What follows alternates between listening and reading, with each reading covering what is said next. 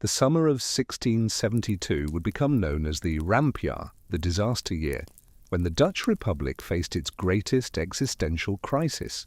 French armies under Louis XV crashed across the eastern borders like an unstoppable tide, 120,000 soldiers marching toward Amsterdam with terrifying speed. English warships blockaded Dutch ports from the North Sea, strangling the maritime commerce that had made the Netherlands the richest nation in Europe. German bishops declared war from the east.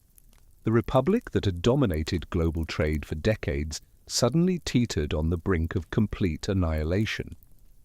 In Amsterdam's grand homes along the canals, wealthy merchants frantically packed their most valuable possessions, paintings by Rembrandt and Vermeer, delicate Chinese porcelain brought by VOC ships, account books documenting fortunes built through global commerce. Some prepared to flee to England or Germany, abandoning the republic they had built. The French advance seemed unstoppable. Within weeks, 3 of the 7 provinces had fallen. Louis XIV established his headquarters in Utrecht, confidently expecting Amsterdam's surrender within days. But the Dutch made a desperate decision that shocked Europe. They opened the dikes, they flooded their own countryside, deliberately drowning the richest agricultural land in Europe to create a water barrier that French cavalry couldn't cross. Farmers watched their fields disappear beneath rising waters. Entire villages evacuated as the artificial floods advanced. The Holland waterline, a defensive barrier of controlled flooding, bought precious time while destroying the wealth that generations had accumulated. How did it come to this? How did a collection of swampy provinces at Europe's northwestern edge transform into a global empire that challenged the greatest powers on Earth? How did merchants and fishermen build the world's most powerful navy, establish colonies from Indonesia to Brazil to New York, create the first modern stock market, and pioneer financial instruments that still shape capitalism today? The story begins not in 1672, but 2 centuries earlier, when the Low Countries were merely provinces in someone else's empire. The transformation from Burgundian territories to global maritime power represents one of history's most remarkable journeys, a tale of rebellion, innovation, trade, conquest, and ultimately the rise and fall of an empire built on ships, spices, and an unshakable determination to remain free. This is the story of how the Dutch built an empire. And it begins with foreign rulers who would inadvertently plant the seeds of Dutch independence through their own oppression. The Burgundian dukes who accumulated the Low Countries during the 15th century never intended to create a unified Dutch state. They were building a personal empire through strategic marriages and opportunistic purchases. When Philip the Bold acquired Flanders through marriage in 1384, he simply wanted the wealthy textile cities of Ghent and Bruges to fund his political ambitions in France. But each acquisition brought something new. Holland and Zeeland, seized in 1433 after years of civil war, contributed fishing fleets that dominated North Sea herring grounds.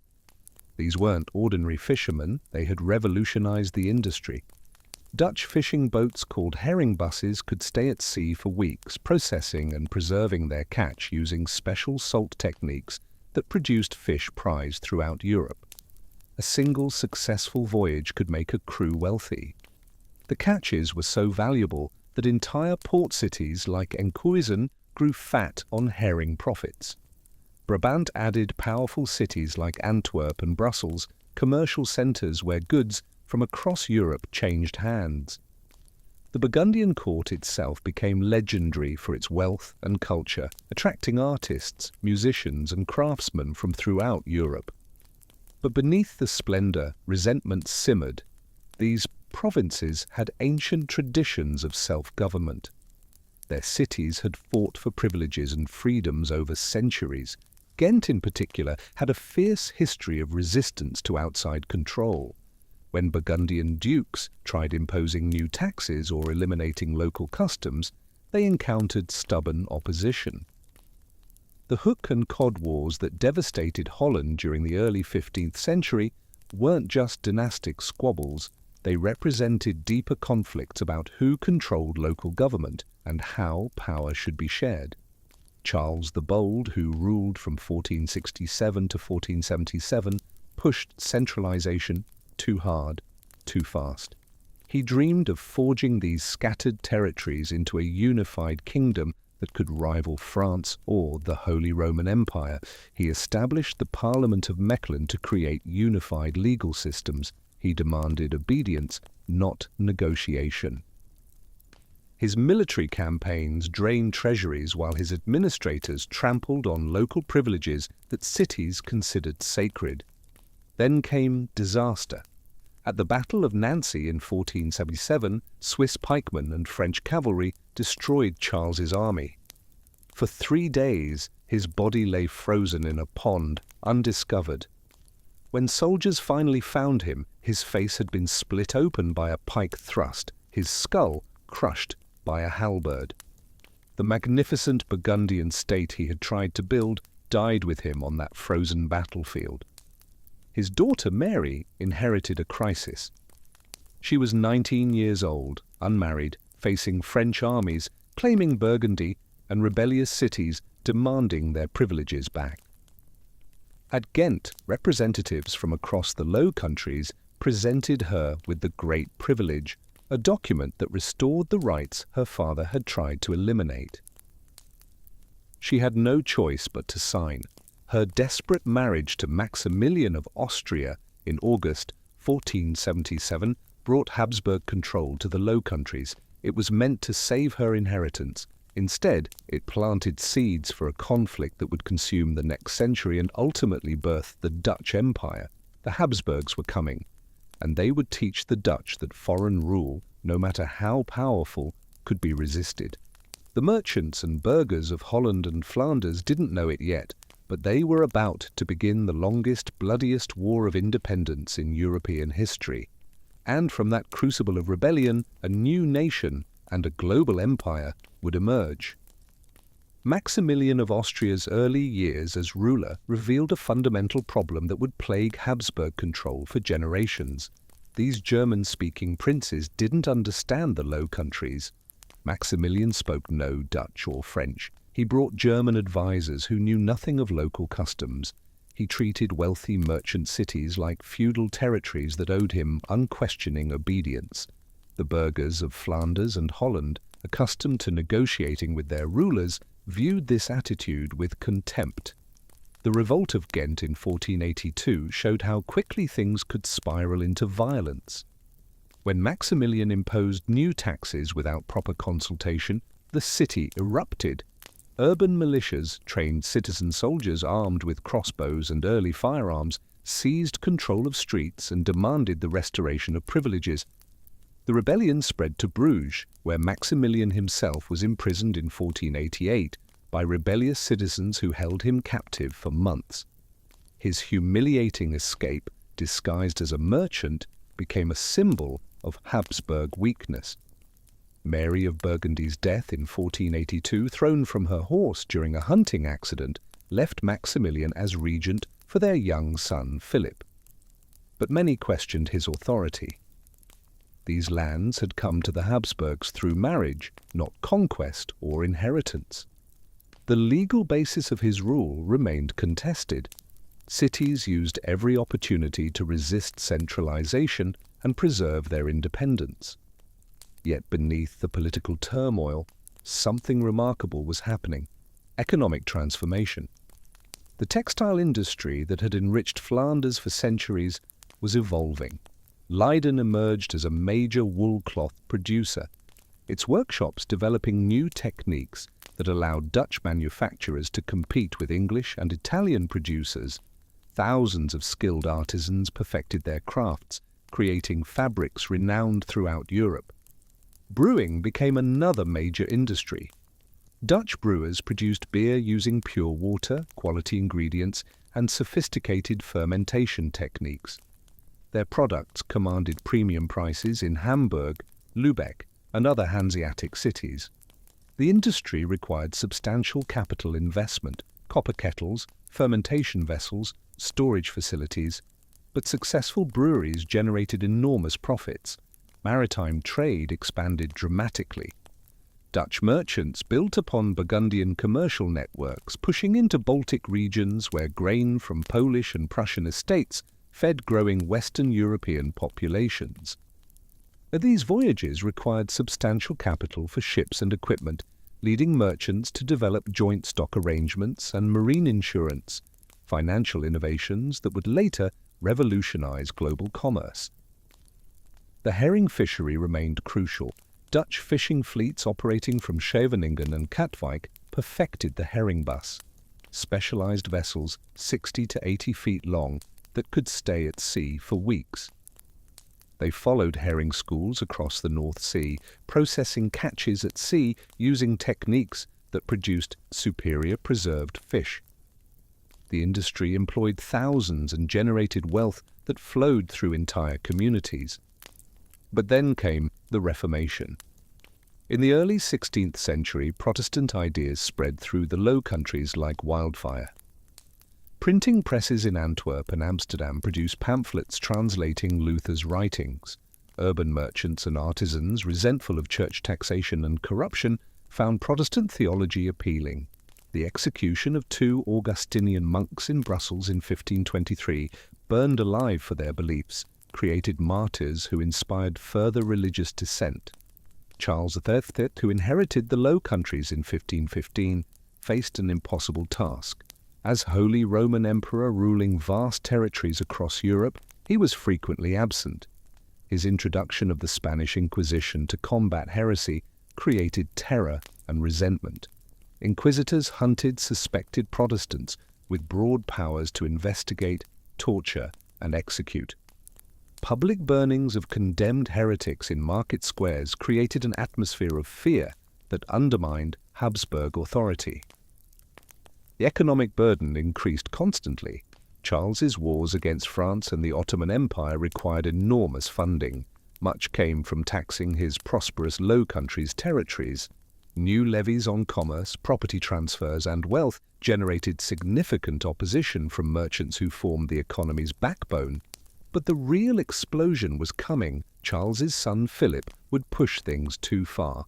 And when he did, the Dutch would rise in rebellion that would birth one of history's most remarkable republics and one of its most powerful empires.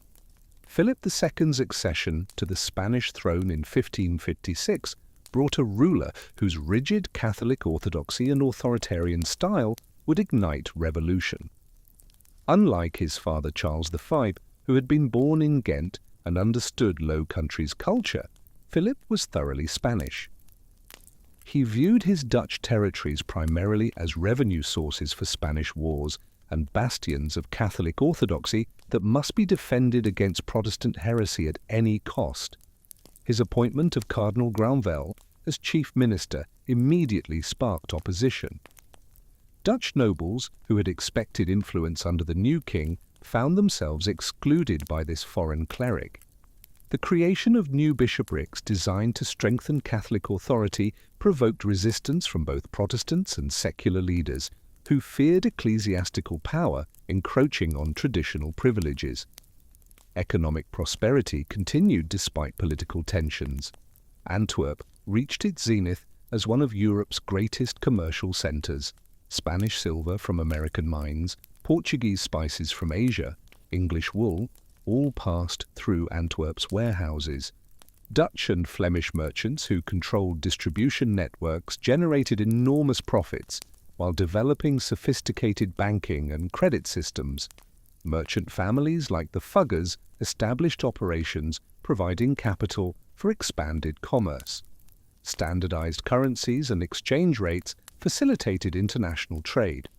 Commercial law developed to handle complex business relationships.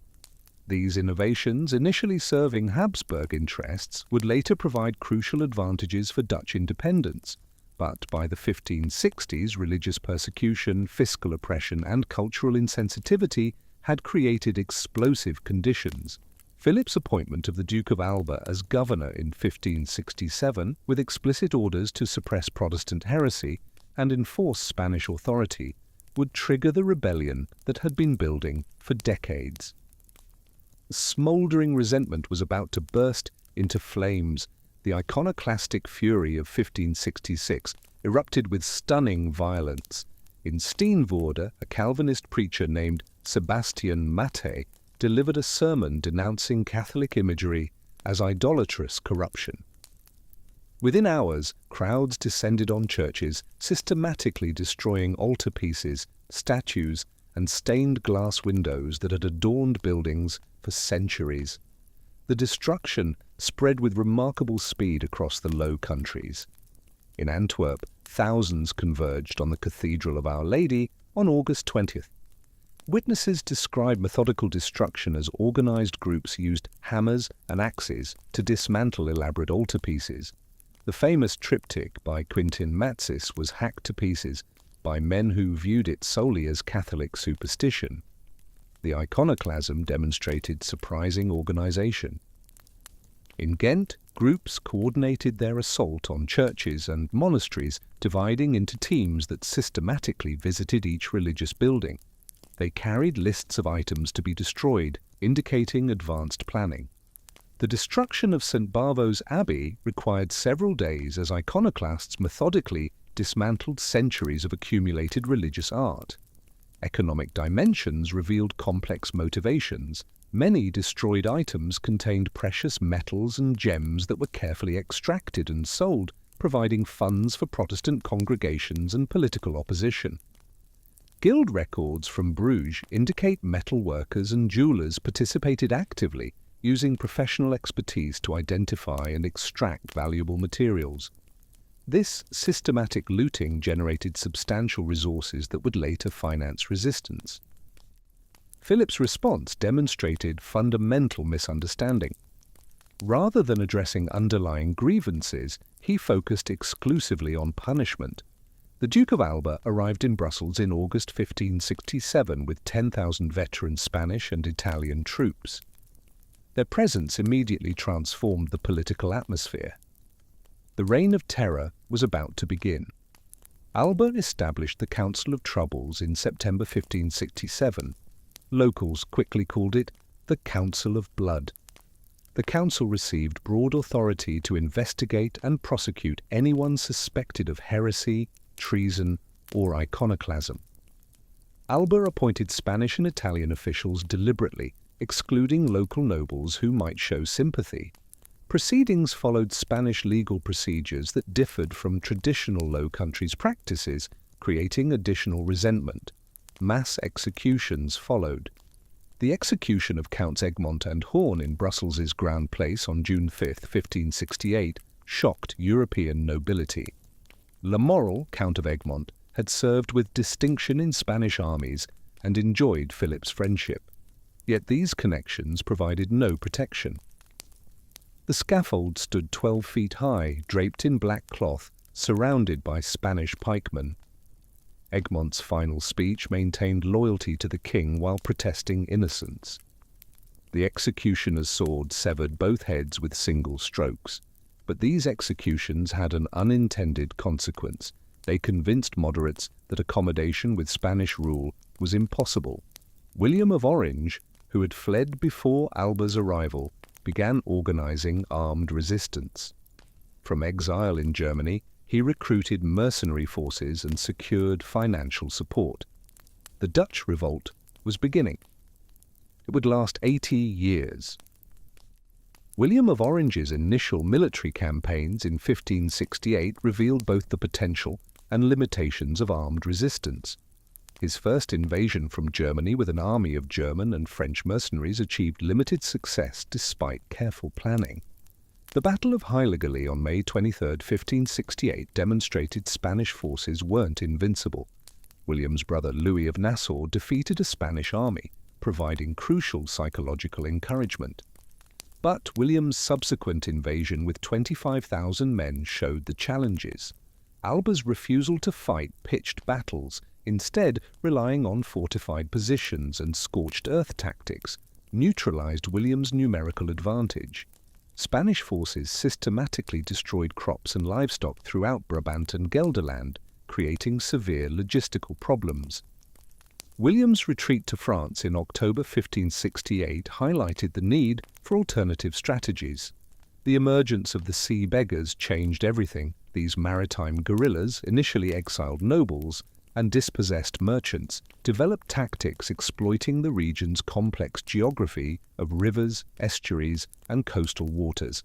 Their shallow draft vessels, armed with small cannons and swivel guns, could operate where Spanish warships couldn't reach, while providing mobility to strike coastal targets and retreat before Spanish forces responded. The Sea Beggars' capture of Den Briel on April 1, 1572, marked the rebellion's turning point. The town's strategic position at the Maas River mouth made it ideal for further operations.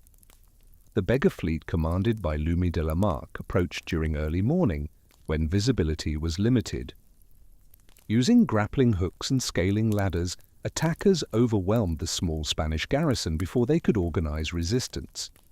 The psychological impact spread throughout the Low Countries.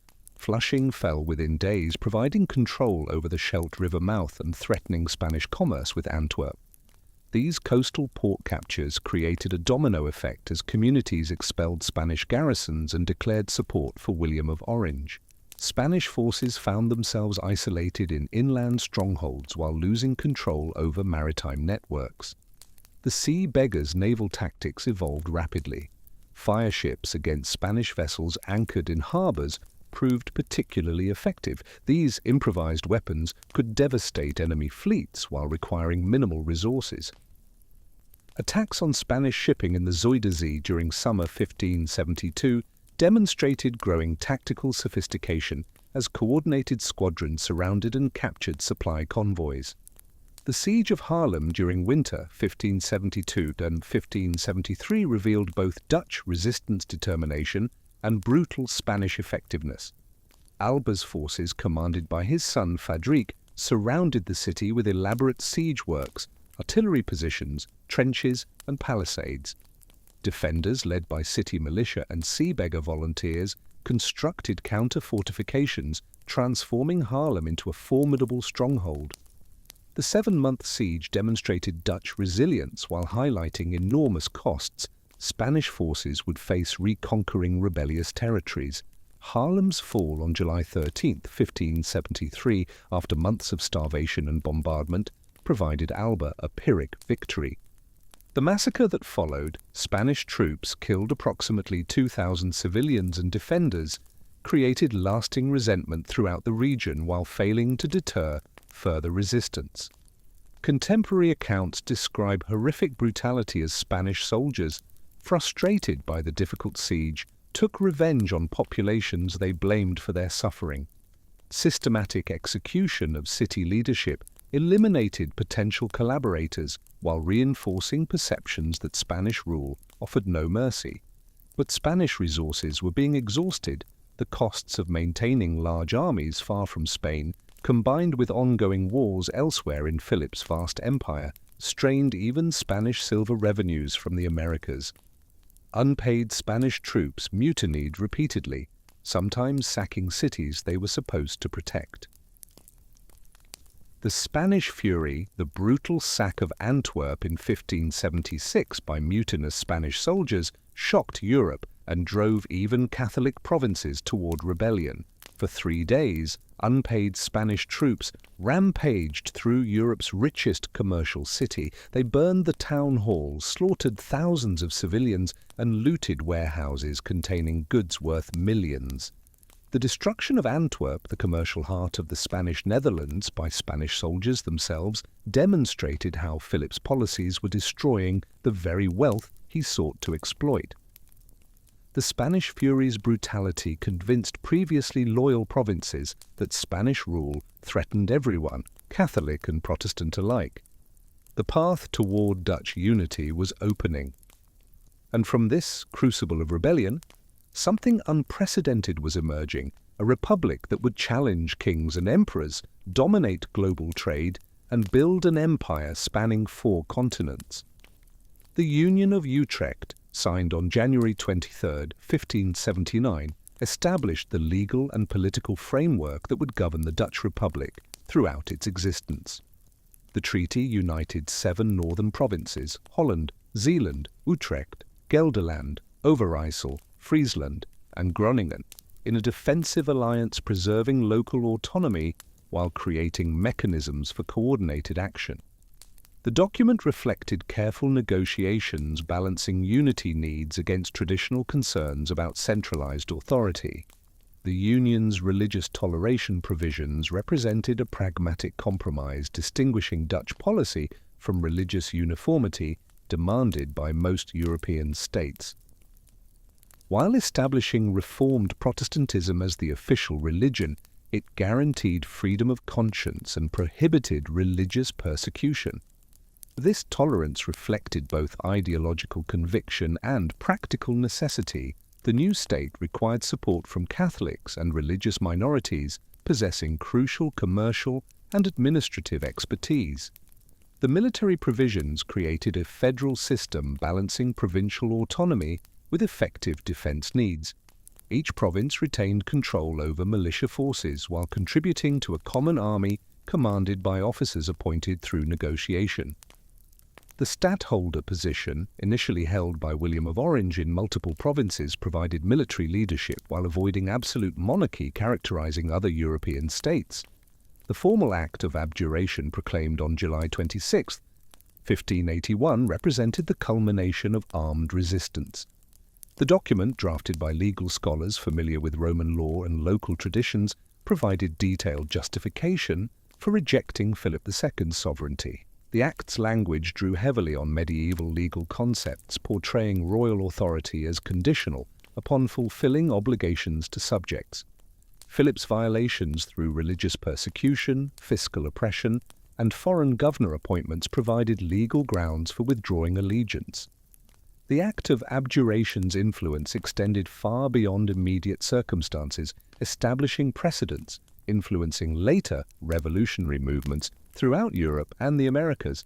Its argument that subjects possessed rights to depose tyrannical rulers challenged fundamental assumptions about royal authority dominating European political thought since medieval times.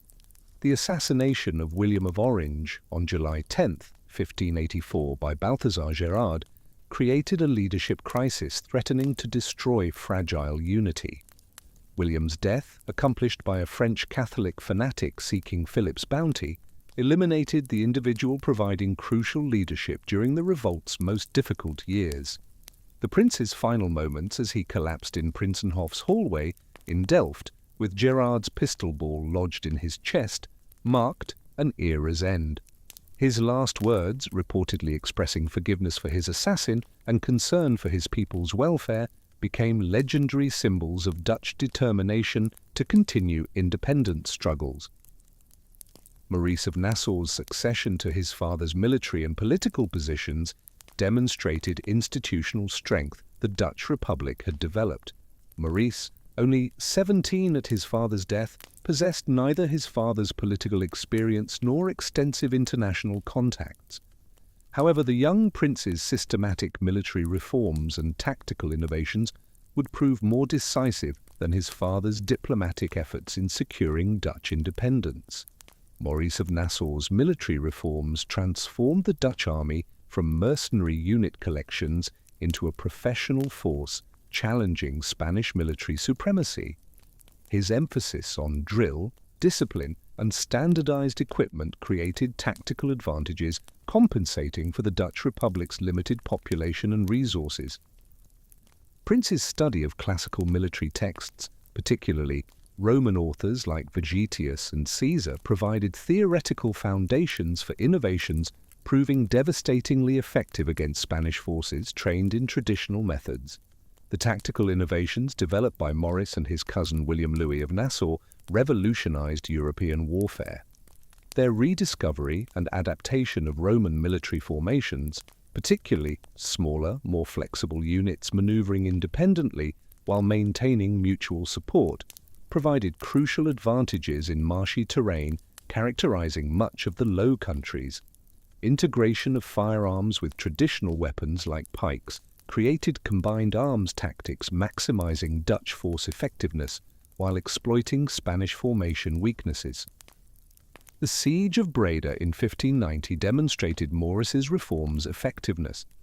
The prince's systematic siege techniques, including elaborate earthworks construction and careful artillery battery positioning, reduced the fortress after only 2 months.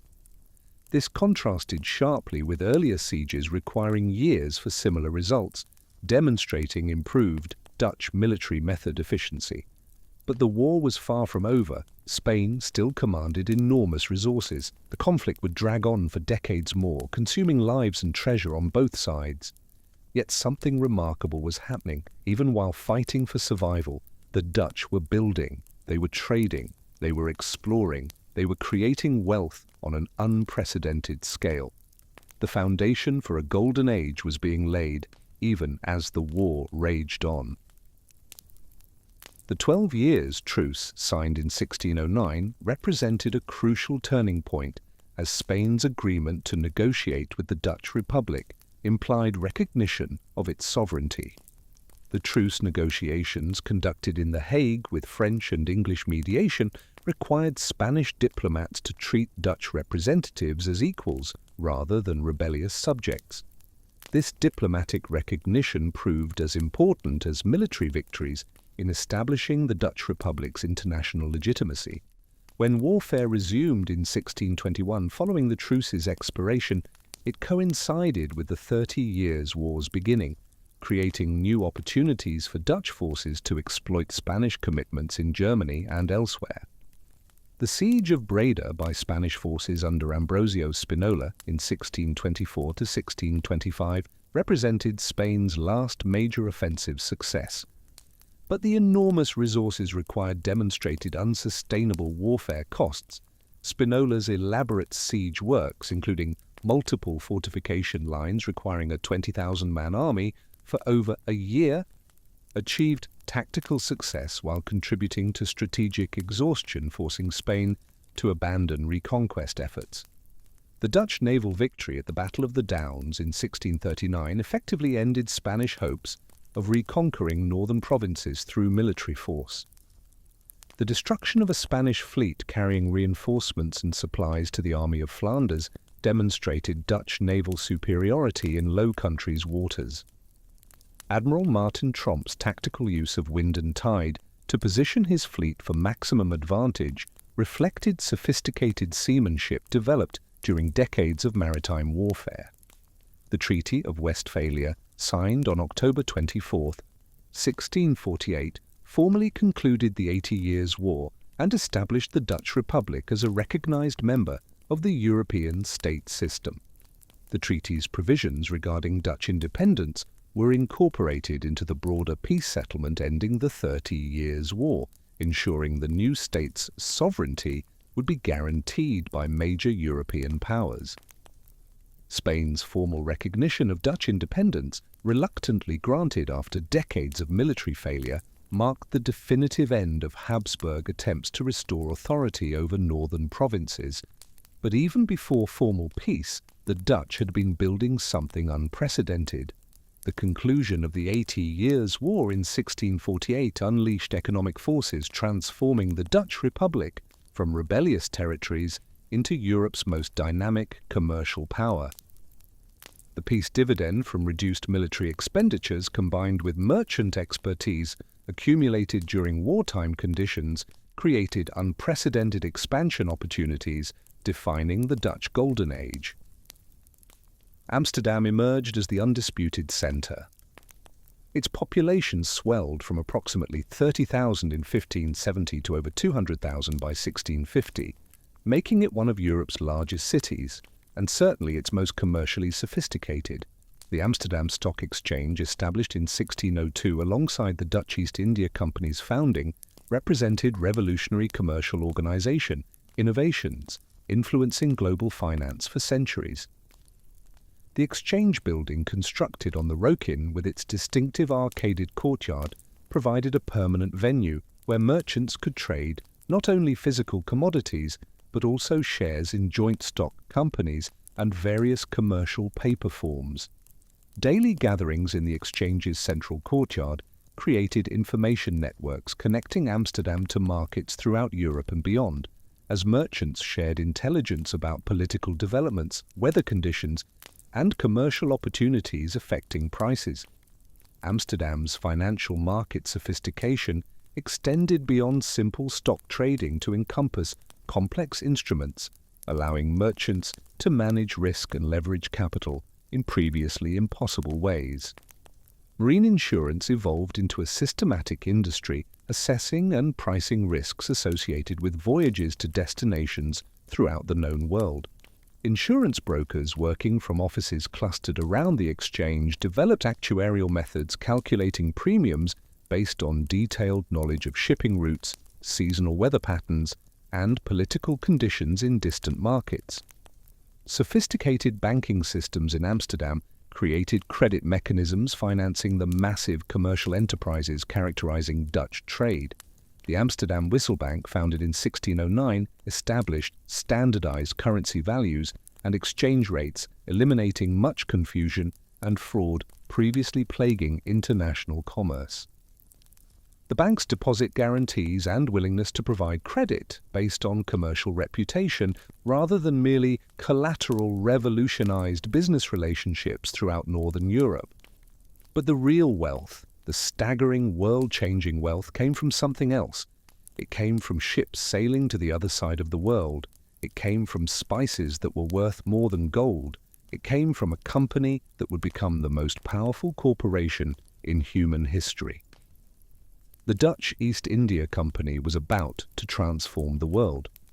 The prosperity generated through Amsterdam's financial markets created both capital and commercial expertise necessary for unprecedented maritime expansion beyond European waters. While Amsterdam merchants had mastered Baltic, North Sea, and Mediterranean trade routes, the most lucrative opportunities lay in Southeast Asia's spice-producing regions, where Portuguese monopolies had artificially inflated prices and created enormous profit margins for any competitors successfully challenging Iberian dominance. The first Dutch expedition to the East Indies, organized by Amsterdam Merchant Consortium in 1595, represented a calculated gamble, ultimately transforming the Dutch Republic from regional commercial power into the dominant force in global maritime trade. Cornelis de Houtman's pioneering voyage departed Amsterdam on April 2, 1595, with 4 ships carrying 249 men and sufficient supplies for a journey expected to last at least 2 years. The expedition's financial backing came from 9 Amsterdam merchants pooling resources to cover enormous costs of ships, equipment, provisions, and wages for the most ambitious commercial venture ever undertaken by Dutch entrepreneurs. The Compagnie van Veer invested approximately 290,000 guilders, a sum exceeding most European cities' annual budgets. The voyage's 27-month duration tested both Dutch ships' technical capabilities and commanders' organizational skills. De Houtman's fleet encountered severe storms rounding the Cape of Good Hope, losing crew members and suffering damage requiring extensive Madagascar repairs. Tropical diseases striking crews during Indian Ocean passage demonstrated medical challenges plaguing European operations in Asian waters for centuries. Scurvy, dysentery, and tropical fevers killed more than half the expedition's personnel, creating shortages forcing survivors to operate ships with skeleton crews while maintaining military readiness against Portuguese attacks. The expedition's arrival in Bantam on June 23, 1596 marked the beginning of direct Dutch commercial relationships with Southeast Asian rulers controlling spice trade at its source. The Sultan of Bantam, recognizing an opportunity to reduce Portuguese dependence, granted Dutch merchants trading privileges including the right to establish a permanent warehouse and purchase pepper, nutmeg, and other spices at prices significantly below Portuguese rates. The commercial success, despite heavy human costs, generated enormous profits, convincing Dutch merchants to organize additional voyages on unprecedented scale. The 400,000 pounds of pepper and spices surviving ships, brought to Amsterdam, sold for prices yielding profits exceeding 400% on original investment, demonstrating enormous potential of direct trade with Asian producers. This success triggered intense competition among Dutch merchants as rival groups organized competing expeditions, threatening to drive down prices and create conflicts with local rulers, dealing with multiple uncoordinated Dutch trading companies. The founding of the Dutch East India Company, the VOC, in 1602 represented a revolutionary solution to problems created by uncoordinated competition. The States General granted a charter merging 8 competing companies into a single organization with unprecedented powers and privileges. The VOC received a 21-year monopoly over all Dutch trade east of the Cape of Good Hope, along with authority to negotiate treaties, establish fortifications, maintain armed forces and exercise governmental functions in territories under its control. This was no ordinary trading company. This was a corporation that could wage war, sign treaties, coin money, and govern territories. It was a state within a state. The corporate structure established by the VOC's charter created business organization innovations influencing commercial development throughout Europe and beyond. The company's capital of 6.4 million guilders, raised through share sales to investors throughout the Dutch Republic, represented the largest accumulation of commercial capital in European history. Unlike previous trading ventures organized as temporary partnerships for individual voyages, the VOC established permanent capital, allowing long-term planning and infrastructure investment, supporting sustained operations across vast distances, limited liability principles, protecting individual investors from losses exceeding original investments, encouraged broader participation in inherently risky commercial ventures. The tradable nature of VOC shares created the world's first modern stock market, as investors could buy and sell holdings based on assessments of company prospects and performance. The Amsterdam Stock Exchange developed sophisticated mechanisms for pricing and transferring shares, including futures contracts allowing speculation on future share prices and options providing insurance against adverse price movements. But shares and financial instruments were just paper. The real action was happening half a world away. In the East Indies, Dutch merchants were about to encounter the Portuguese Empire, and they were about to destroy it. Jan Pieter Soen Cohen's appointment as Governor-General in 1619 marked the beginning of a more aggressive Dutch expansion phase, emphasizing territorial control rather than merely commercial access. Cohen, who had gained extensive Asian trade experience during previous voyages, recognized sustainable profits required not only access to spice-producing regions but also control over political and military forces that could disrupt Dutch operations. His systematic approach to establishing Dutch dominance combined diplomatic negotiation with military force, creating a territorial empire providing the foundation for Dutch colonial rule in Southeast Asia for more than 3 centuries. The capture of Jakarta on May 30th, 1619 demonstrated Cohen's willingness to use military force, achieving commercial objectives that couldn't be secured through negotiation alone. The city's strategic position at the Siliwung River mouth provided control over important trade routes while offering access to Western Java's agricultural resources. Cohen's forces, consisting of Dutch soldiers and sailors supported by local allies opposing the Sultan of Bantam's authority, overcame the city's defences through coordinated assault combining naval bombardment with infantry attacks on landward fortifications. The systematic destruction of existing buildings and construction of new fortifications reflected Cohen's determination to create a permanent Dutch stronghold, serving as the administrative and military centre for expanded operations throughout the Indonesian archipelago.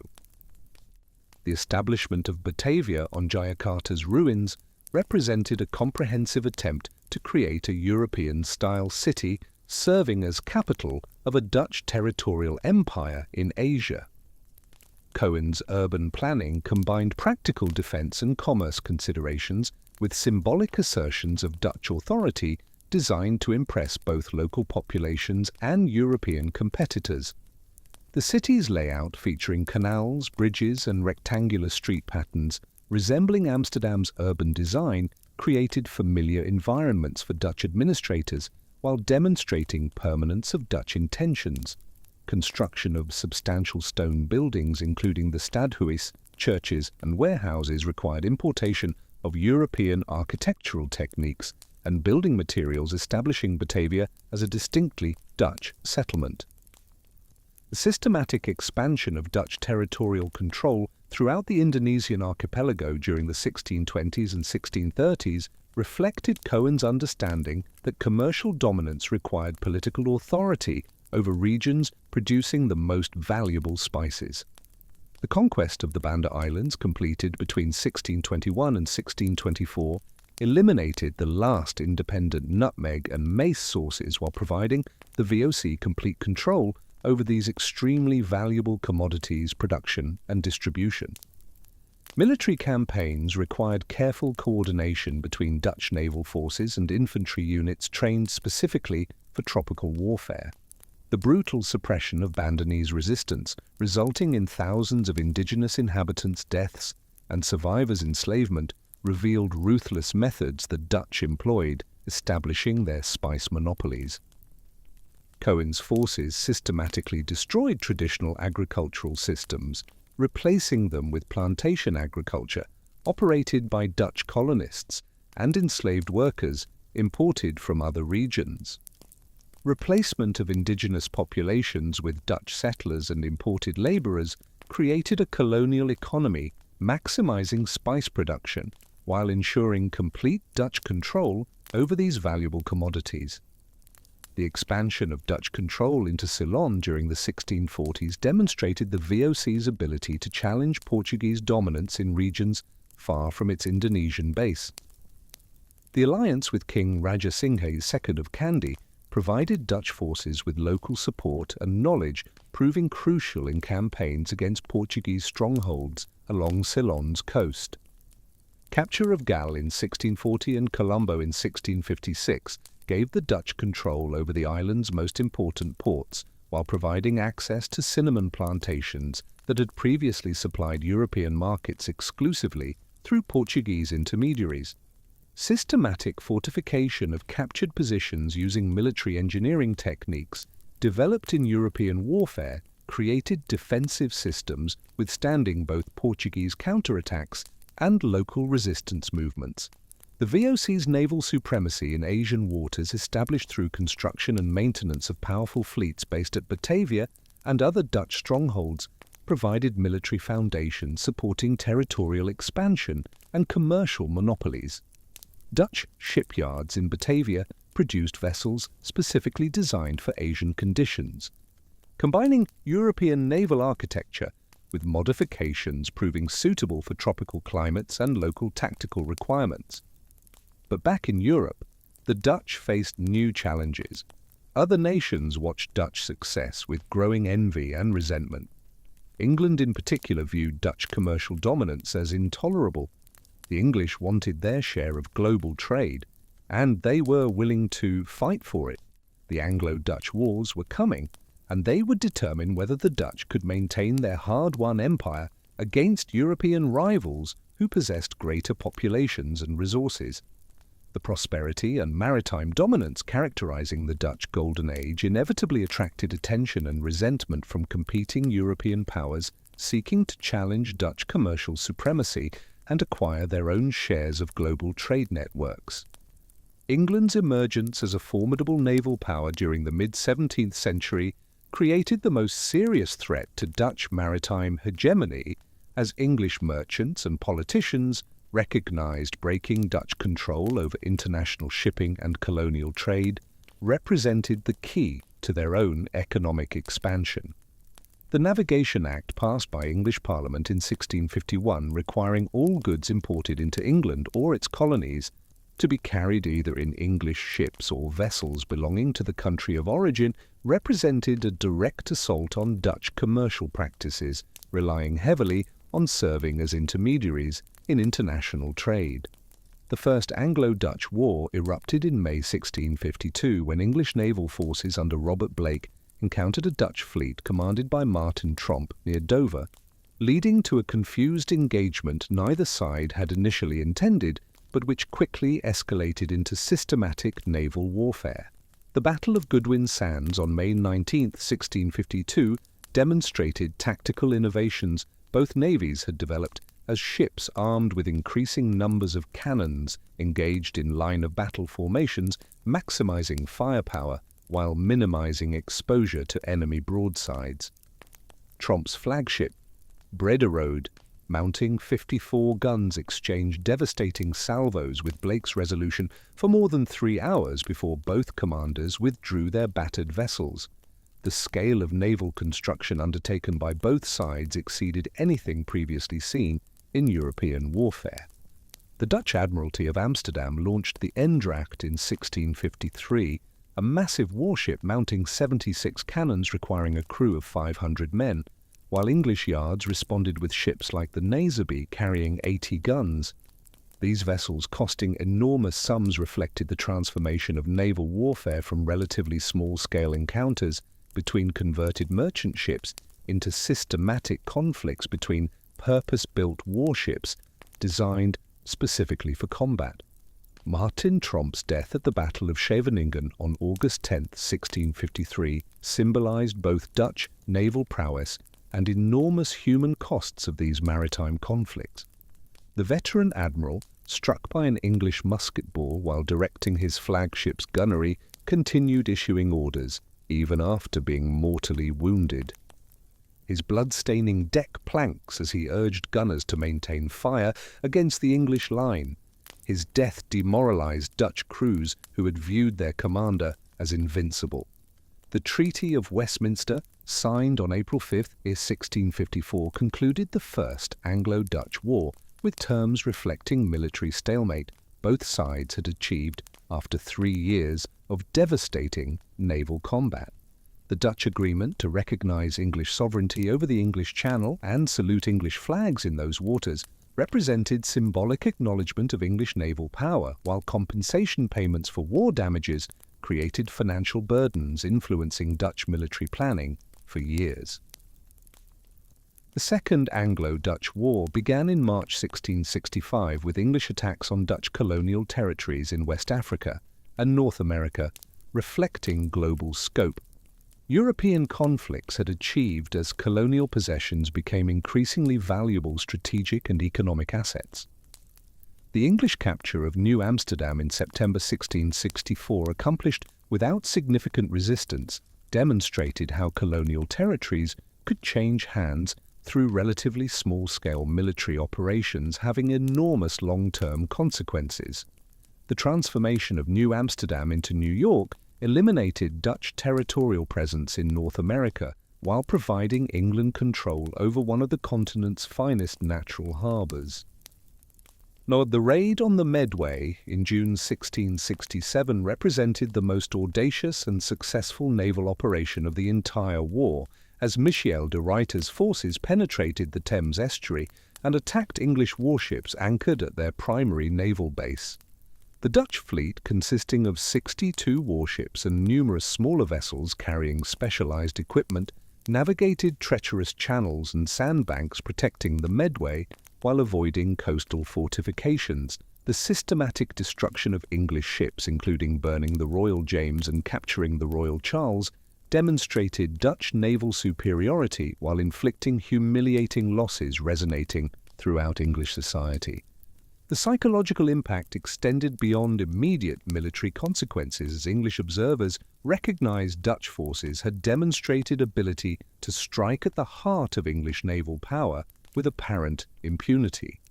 The sight of Dutch ships operating freely in English territorial waters created panic while generating political criticism of government naval policies. The capture of the Royal Charles, the flagship that had carried King Charles II back from exile in 1660, provided the Dutch a powerful symbol displayed in Amsterdam as evidence of naval prowess. But the Dutch were exhausted too. Decades of warfare had drained treasuries and killed thousands. Both sides needed peace. The Treaty of Breda in 1667 established arrangements reflecting complex balance of power.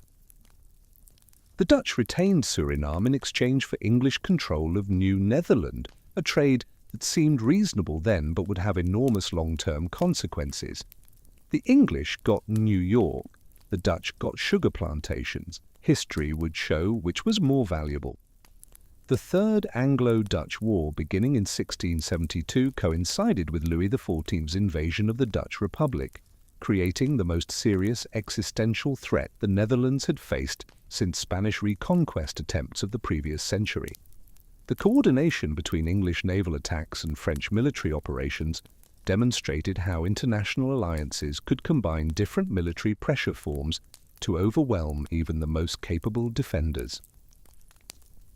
The French army's rapid advance through eastern provinces, supported by English naval operations, preventing Dutch forces from receiving supplies or reinforcements by sea, created strategic situations requiring unprecedented coordination between Dutch land and naval forces.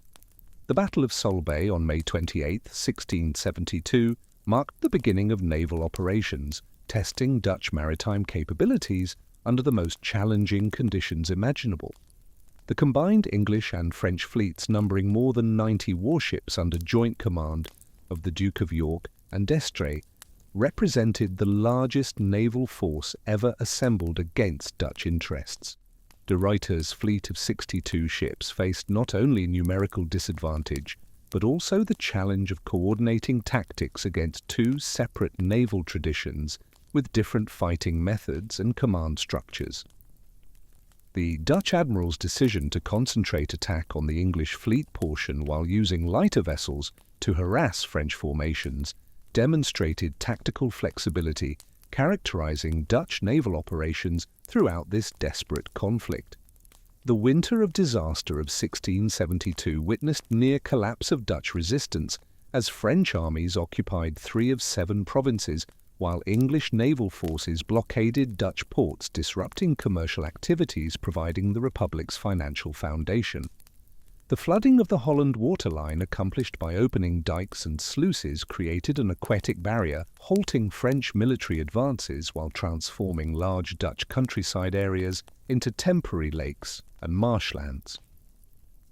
The systematic inundation of agricultural areas represented enormous sacrifice by Dutch farmers and landowners who destroyed their own property to preserve national independence. William III's assumption of the stadtholdership during this critical period provided Dutch resistance with political and military leadership necessary to coordinate effective responses to unprecedented threats. The young prince's systematic reorganization of Dutch military forces, combined with diplomatic efforts to create international coalitions against French expansion, demonstrated political skills that would later prove crucial during his reign as King of England. His personal leadership during the Siege of Naarden in 1673, where he directed defensive operations while under constant enemy fire, provided symbolic inspiration for Dutch resistance. The Battle of the Texel on August 21, 1673, represented culmination of Dutch naval efforts, demonstrating how superior seamanship and tactical coordination could overcome numerical disadvantages even under the most challenging conditions. De Ruyter's fleet of 70 ships faced combined English and French force of 92 warships in waters, favoring the Dutch commander's intimate knowledge of local conditions. The battle's outcome, which saw the Allied fleet withdraw after suffering heavier casualties, effectively ended English hopes of achieving decisive naval victory, while demonstrating Dutch maritime supremacy remained intact despite enormous pressures of simultaneous land and sea warfare. The gradual restoration of Dutch territorial integrity during 1673 and 1674 reflected both military success and diplomatic skill in exploiting tensions between England and France that had developed as the war progressed. The Treaty of Westminster, signed on February 19, 1674, concluded English participation with terms recognizing Dutch commercial rights while establishing principles for future colonial competition. The agreement's provisions regarding territorial boundaries in North America and the Caribbean created frameworks for peaceful coexistence, while commercial clauses restored Dutch access to English markets disrupted during war years. But the wars had taken their toll. The Dutch Republic, once the undisputed master of the seas, was being challenged by larger, wealthier powers. England's population and resources exceeded Dutch capabilities. France's armies were the finest in Europe. The Golden Age was beginning to fade. The Dutch would remain a major power for another century. Their colonial empire would persist for 3 more centuries. But the era of Dutch supremacy, when Amsterdam ruled the waves and Dutch merchants dominated global commerce, was slowly coming to an end. Yet what they had built would endure. The financial innovations, the joint stock companies, the global trading networks, these would shape capitalism for centuries to come. The Dutch hadn't just built an empire, they had invented modern global commerce. The cultural flowering accompanying Amsterdam's commercial expansion produced artistic achievements reflecting both the prosperity and values of Dutch merchant society. Rembrandt van Rijn, working from his workshop on St. Anthony's Breestraat, created portraits capturing not only subjects' physical appearance, but also their social aspirations and commercial confidence. His group portrait of the Amsterdam Drapers Guild, completed in 1662, demonstrated technical mastery, making him the most sought-after painter while documenting merchant-class prosperity and civic pride. The painting's careful attention to expensive fabrics, textures, and guild members' confident poses reflected a society celebrating commercial success, rather than viewing it as inferior to aristocratic or military achievement. Johannes Vermeer's more intimate domestic scenes painted in Delft during the mid-17th century revealed different aspects of Dutch prosperity and cultural sophistication. His use of expensive pigments, particularly the ultramarine blue appearing in many works, demonstrated global reach of Dutch commerce, as this pigment was manufactured from lapis lazuli, imported from Afghanistan through Dutch trading networks.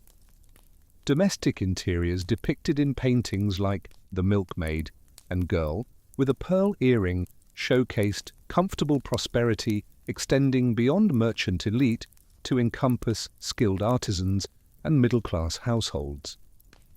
Quality of furnishings, clothing, and household items visible in these paintings reflected living standards exceeding those found in most other European countries. The scientific achievements emerging from Dutch universities and research institutions contributed both to the Republic's commercial success and its international reputation for intellectual excellence. Christiaan Huygens, working from his laboratory in The Hague, made fundamental physics and astronomy discoveries, revolutionizing European understanding of natural phenomena. His invention of the pendulum clock in 1656 provided precise timekeeping necessary for accurate navigation, giving Dutch ships significant advantages over competitors relying on less reliable methods. Mathematical principles underlying his clockwork mechanisms also contributed to improvements in other precision instruments, including telescopes and surveying equipment, supporting Dutch cartographic and engineering projects. Antony van Leeuwenhoek's microscopic investigations, conducted in his Delft workshop, opened entirely new scientific inquiry fields while demonstrating practical applications of scientific knowledge characterizing Dutch intellectual culture. His detailed microorganism observations, published in Letters to the Royal Society of London, established microbiology foundations while contributing to improvements in brewing, textile production, and other industries forming Dutch prosperity's backbone. Precision lenses Van Leeuwenhoek ground by hand achieved magnifications that wouldn't be exceeded for more than a century, reflecting technical expertise Dutch craftsmen applied to both scientific instruments and commercial products. The unique political structure of the Dutch Republic, balancing stadtholder authority from the House of Orange with regent-class commercial interests, created a governmental system proving remarkably effective at managing competing demands of different social groups and economic interests. The States General meeting in The Hague provided a forum where representatives from 7 provinces could negotiate policies affecting the entire republic while preserving autonomy each province valued. Complex voting procedures requiring consensus on major issues while allowing majority decisions on routine matters encouraged compromise and prevented any single province or interest group from dominating national policy. The stadtholdership held by successive House of Orange members provided military leadership and ceremonial continuity without creating absolute monarchy characterizing most other European states. Frederick Henry, who served as stadtholder from 1625 to 1647, demonstrated the delicate balance required to maintain authority while respecting regent-class commercial and political interests. His court at The Hague combined military efficiency with cultural sophistication, attracting diplomats, scholars, and artists from throughout Europe while maintaining relatively modest scale reflecting Dutch republican values. The regent oligarchy dominating urban politics throughout the Dutch Republic represented a unique merchant aristocracy form combining commercial expertise with governmental responsibility. These families, enriched through generations of successful trading ventures, assumed leadership roles in city governments while maintaining business interests and commercial connections. The integration of commercial and political authority created a governing class understanding international trade's practical requirements and able to implement policies supporting Dutch economic expansion. But underneath the prosperity and cultural achievement, tensions were building. The concentration of wealth in regent families' hands created resentment among those excluded from power. Religious conflicts between strict Calvinists and more tolerant merchants generated periodic crises, and the stadtholder position's ambiguous status, neither king nor mere official, created constitutional tensions that would periodically erupt into violence. The Dutch Republic's unique political system that had enabled its rise contained seeds of future conflicts.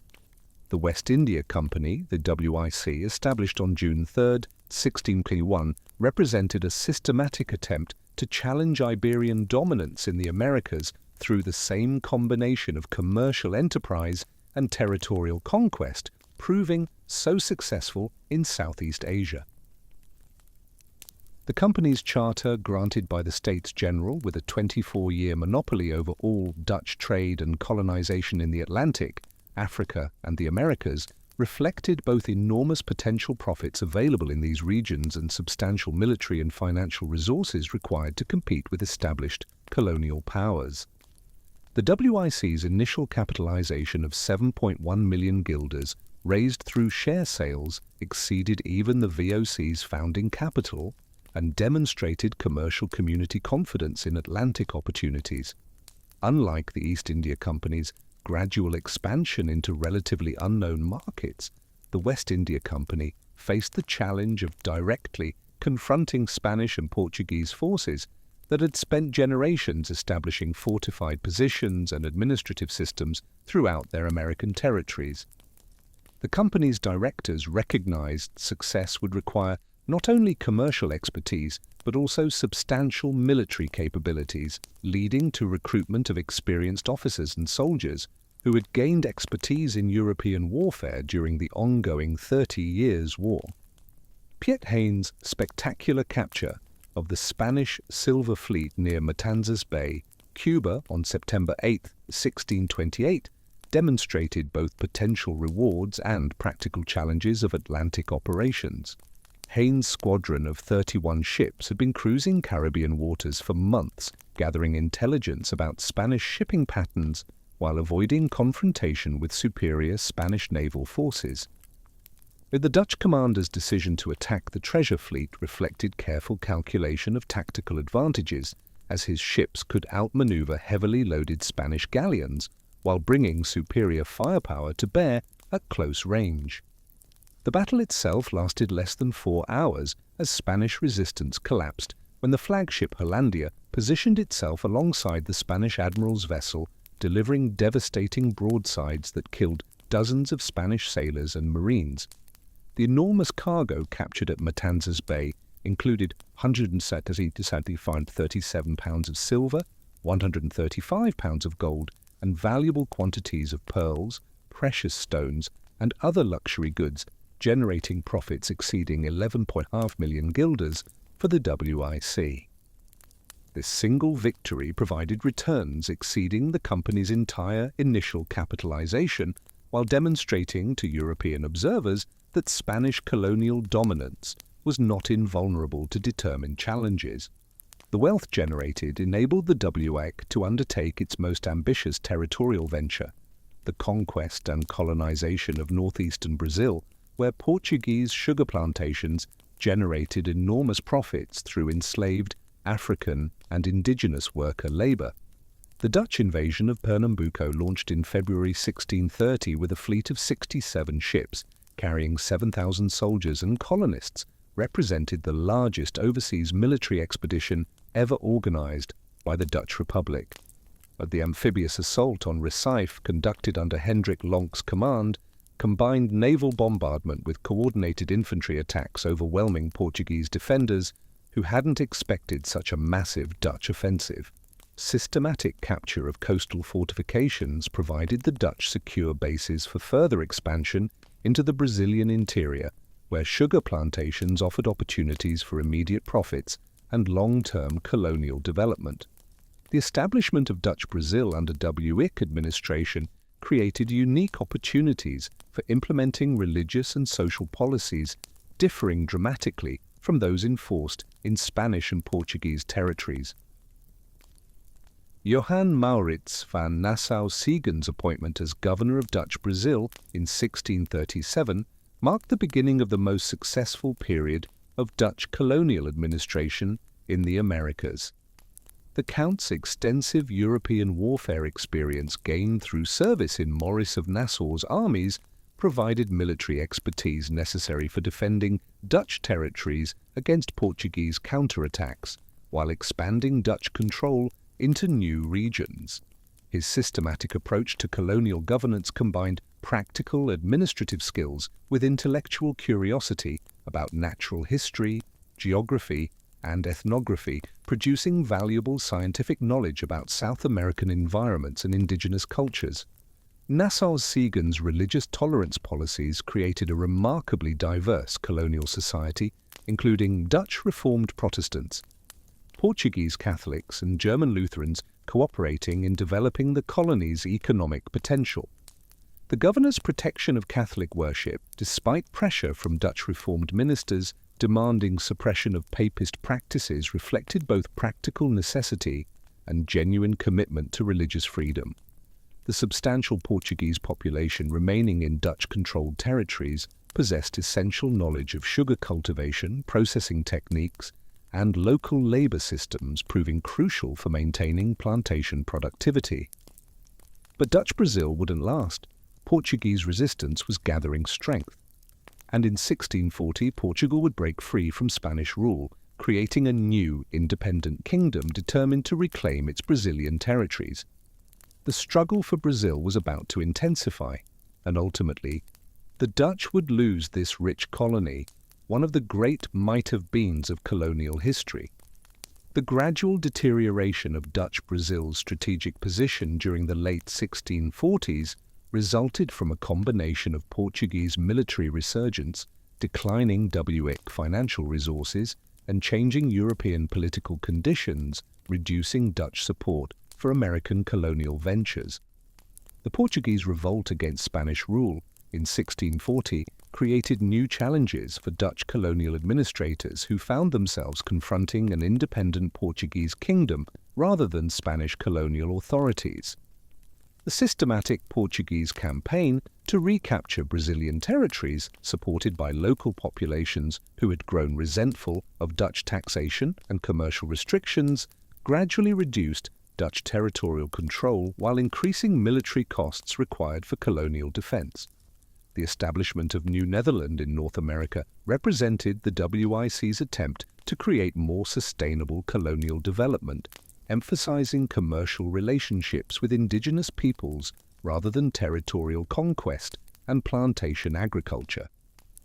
The purchase of Manhattan Island from local Lenape leaders in 1624 for goods valued at 60 guilders created the foundation for New Amsterdam, a trading post serving as administrative center for Dutch colonial activities throughout the Hudson River Valley. The selection of this location reflected careful analysis of geographical advantages, as Manhattan's deep harbor and strategic position at the Hudson River mouth provided access to fur trading networks extending throughout northeastern woodlands. The unique patroon system established in New Netherland represented an innovative approach to colonial settlement, combining Dutch commercial expertise with feudal land tenure arrangements designed to attract settlers and investors. The Charter of Freedoms and Exemptions issued by the WIC in 1629 granted extensive territorial concessions to investors, agreeing to transport and settle at least 50 colonists on their lands within 4 years. These patroon ships, extending along both sides of the Hudson River, created semi-feudal estates where Dutch colonists could engage in agriculture, fur trading, and small-scale manufacturing, while maintaining commercial relationships with indigenous peoples, controlling access to valuable fur resources. Kiliaan van Rensselaer's patroon ship, centered on Fort Orange, demonstrated both potential and limitations of the patroon system in attracting Dutch settlement to North America. Van Rensselaer's systematic recruitment of farmers, artisans, and traders from the Dutch Republic created a colonial community maintaining Dutch cultural and religious traditions while adapting to American environmental conditions. The patroon's investment of over 50,000 guilders in transportation, land improvement, and colonial infrastructure created a profitable enterprise generating returns through agricultural production, fur trading, and commercial activities connecting New Netherland to Dutch trading networks throughout the Atlantic world. The development of commercial relationships with Iroquois Confederacy nations provided New Netherland access to fur resources, generating substantial profits, while creating military alliances protecting Dutch settlements from potential threats. Systematic trading conducted at Fort Orange brought European manufactured goods including firearms, metal tools, and woolen textiles into contact with indigenous trading networks extending throughout the Great Lakes region and beyond. Dutch traders' willingness to provide firearms to their indigenous allies, in contrast to French and English policies restricting such sales, created competitive advantages, allowing Dutch merchants to dominate fur trading in the Hudson River Valley for several decades. The cultural and religious diversity characterizing New Amsterdam reflected Dutch tolerance policies while creating a colonial society differing dramatically from religious uniformity enforced in most other European colonies. The presence of Dutch Reformed, Lutheran, and Catholic communities created opportunities for theological and cultural exchanges, while demonstrating practical benefits of religious tolerance in attracting settlers and maintaining commercial relationships with diverse populations. The establishment of schools, churches, and cultural institutions created colonial communities maintaining connections to European intellectual and religious traditions while adapting to American conditions and opportunities. But New Netherland's greatest weakness was its small population. While the English colonies to the north and south grew rapidly, New Netherland remained sparsely settled. The patroon system, designed to encourage immigration, actually concentrated land in few hands, limiting opportunities for ordinary settlers. When English forces appeared in 1664 demanding surrender, the colony had fewer than 10,000 inhabitants, far too few to mount effective resistance. Director General Peter Stuyvesant wanted to fight, but the burghers of New Amsterdam, calculating the odds, refused to support him. On September 8, 1664, Stuyvesant surrendered without firing a shot. The English renamed the colony New York. Dutch presence in North America was finished. It was a relatively bloodless loss, but it was a loss nonetheless. And it demonstrated a harsh reality. Colonial empires required not just commercial acumen and naval power, but also settlers willing to leave their homeland and build new lives in distant lands. In this, the English far surpassed the Dutch.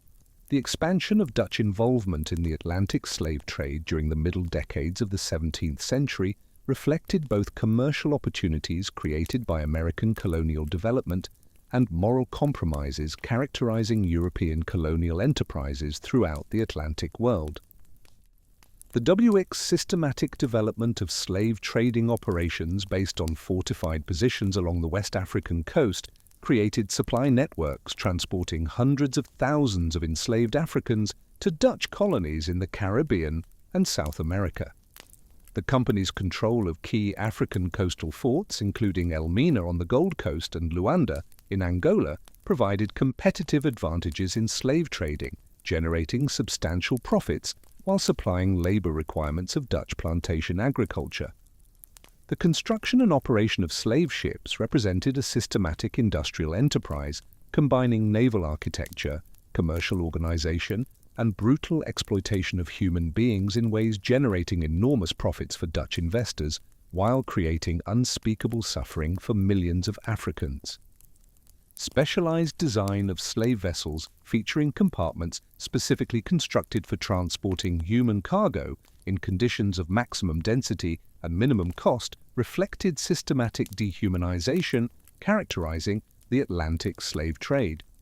Development of standardized procedures for purchasing, transporting, and selling enslaved people created commercial efficiency while facilitating plantation agriculture expansion throughout Dutch colonial territories. The integration of slave labor into Dutch colonial economies created production systems generating wealth for European investors while establishing social and economic structures persisting for centuries. Sugar plantations in Dutch Brazil and Caribbean islands operated through systematic exploitation of enslaved African labor, producing enormous quantities of sugar, coffee, and other tropical commodities for European markets.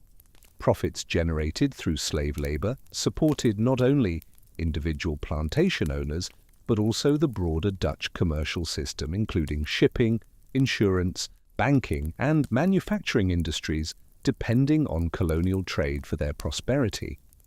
The development of Suriname as the major Dutch plantation colony following loss of Brazil in 1654 demonstrated continued commitment to slave-based agricultural systems despite their obvious moral contradictions. The colony's coastal plantations required enormous investments in land clearing, irrigation systems, and processing equipment, while depending entirely on enslaved labor for the back-breaking work of planting, cultivating, and harvesting sugarcane.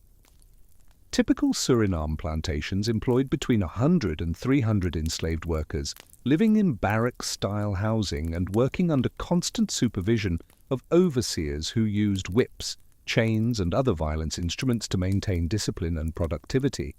The technical complexity of sugar production required enslaved workers to master sophisticated skills related to cultivation, harvesting, and processing, contradicting European stereotypes about African capabilities while demonstrating advanced knowledge systems enslaved people brought from their homelands. Operation of sugar mills using water wheels or wind power to crush sugar cane and extract juice for processing into crystallized sugar required mechanical expertise and careful timing that enslaved workers developed despite receiving no formal training or recognition for their skills. Construction and maintenance of elaborate dike systems protecting coastal plantations from flooding drew upon West African hydraulic engineering techniques, proving superior to European methods in challenging environmental conditions of tropical South America. The social structure of plantation society in Suriname created extreme inequalities, maintained through systematic violence and legal restrictions, denying enslaved people any recognized rights or protections. Plantation owners typically residing in substantial houses combining European architectural elements with adaptations to tropical conditions exercised absolute authority over hundreds of human beings whose labor generated wealth, supporting comfortable lifestyles for Dutch colonial families. Contrast between elegant furnishings, imported foods, and cultural amenities available to plantation owners and minimal shelter, inadequate nutrition, and constant threat of violence experienced by enslaved workers revealed moral contradictions characterizing Dutch colonial society throughout the Atlantic world.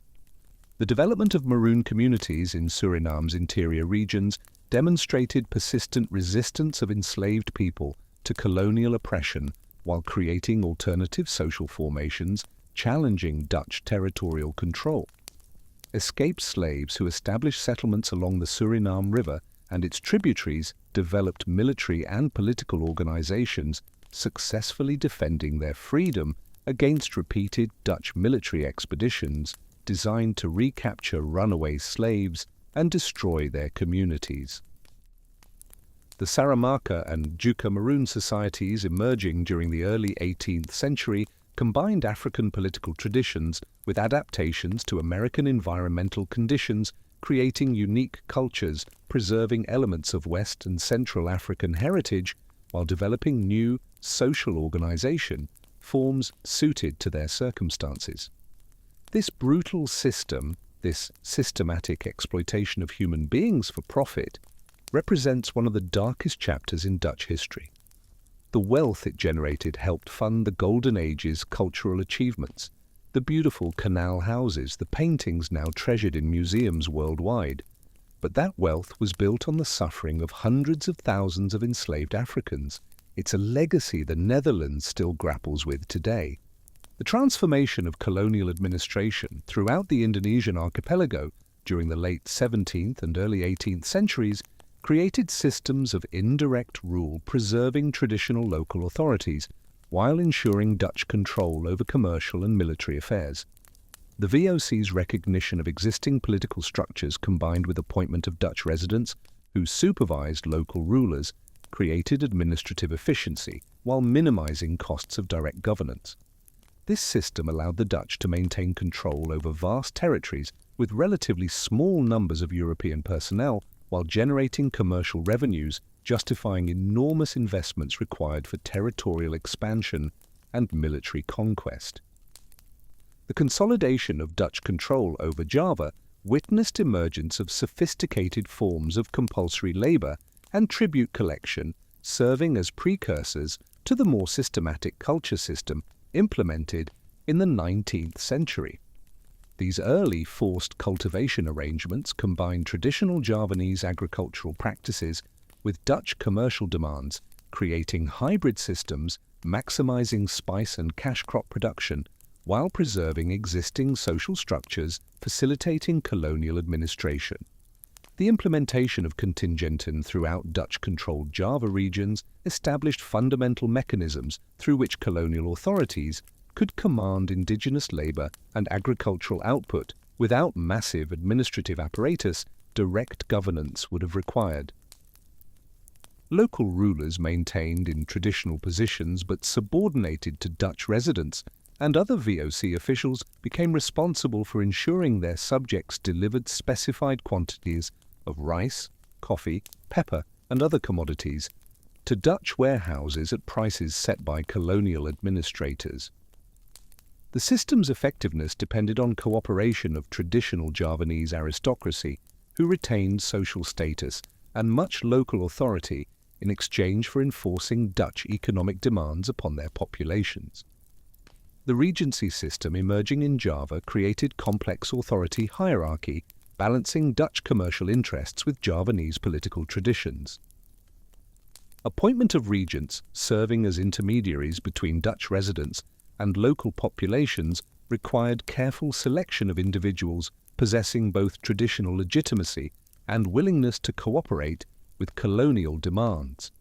These officials, typically drawn from established Javanese noble families, received substantial compensation for their services while assuming responsibility for tax collection, labor mobilization, and civil order maintenance within their territories.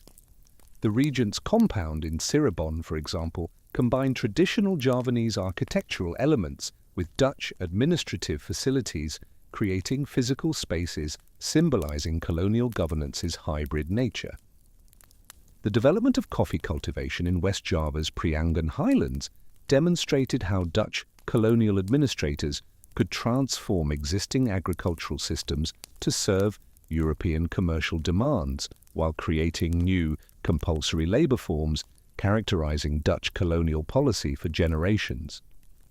Introduction of coffee plants from Yemen and Ethiopia during the 1690s required systematic modification of traditional rice cultivation patterns as farmers were compelled to dedicate land portions to coffee production while maintaining sufficient rice cultivation to meet subsistence needs and tax obligations.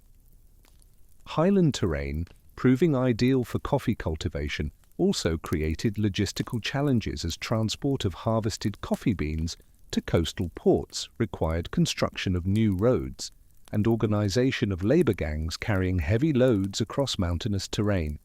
The forced coffee cultivation system implemented in the Priangan region established labor control patterns persisting throughout the Dutch colonial period. Village heads received orders from Dutch administrators specifying the number of coffee trees that must be planted and maintained by each household, with detailed regulations governing cultivation techniques, harvesting procedures, and delivery schedules.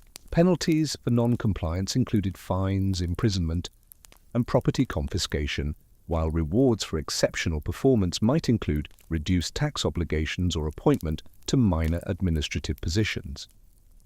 Systematic monitoring of coffee production required development of extensive bureaucracy extending Dutch administrative control deep into rural communities that had previously operated with minimal external interference. The social stratification characterizing Dutch colonial society reflected both European racial prejudices and practical considerations related to colonial administration and economic exploitation. Rigid hierarchy placing Europeans at colonial society's apex, followed by mixed-race populations, indigenous elites, and enslaved or indentured labourers, at bottom created social divisions serving Dutch interests while generating tensions periodically erupting into violence. Small European population in Java, numbering fewer than 10,000 individuals by 1750, maintained their privileged position through military superiority, control over commercial networks, and alliances with indigenous elites benefiting from cooperation with colonial authorities. But this system was fragile. It required constant vigilance, periodic displays of force, and careful manipulation of local political rivalries. The Dutch controlled vast territories with tiny numbers of Europeans through superior organization and ruthless efficiency. But beneath the surface, resentment was building, and in the centuries to come, that resentment would eventually explode into demands for independence that no amount of military force could suppress forever. The outbreak of World War I in August 1914 presented the Dutch government with formidable challenges of maintaining neutrality while protecting extensive colonial possessions increasingly valuable to the national economy. The Netherlands' declaration of neutrality on August 4, 1914 reflected both traditional Dutch diplomatic preferences and practical recognition that the kingdom lacked military resources necessary to participate effectively in a European conflict ultimately involving all major powers. Mobilization of Dutch forces along German and Belgian borders required enormous expenditures, straining government finances, while demonstrating vulnerability of a small nation surrounded by warring powers whose territorial ambitions might easily encompass Dutch territory. The economic disruption caused by British naval blockade and German submarine warfare created severe shortages of raw materials and manufactured goods throughout the Netherlands, while simultaneously increasing demand for Dutch agricultural products and colonial commodities from belligerent nations desperate for supplies. Systematic rationing implemented by Dutch authorities during 1916 and 1917 affected all aspects of civilian life as bread, meat, and other essential foods became scarce, while fuel shortages forced factory closures and transportation system disruptions. The hunger winter of 1917-1918 created conditions approaching famine in major cities, where thousands of civilians suffered from malnutrition, while government officials struggled to maintain public order and prevent social unrest.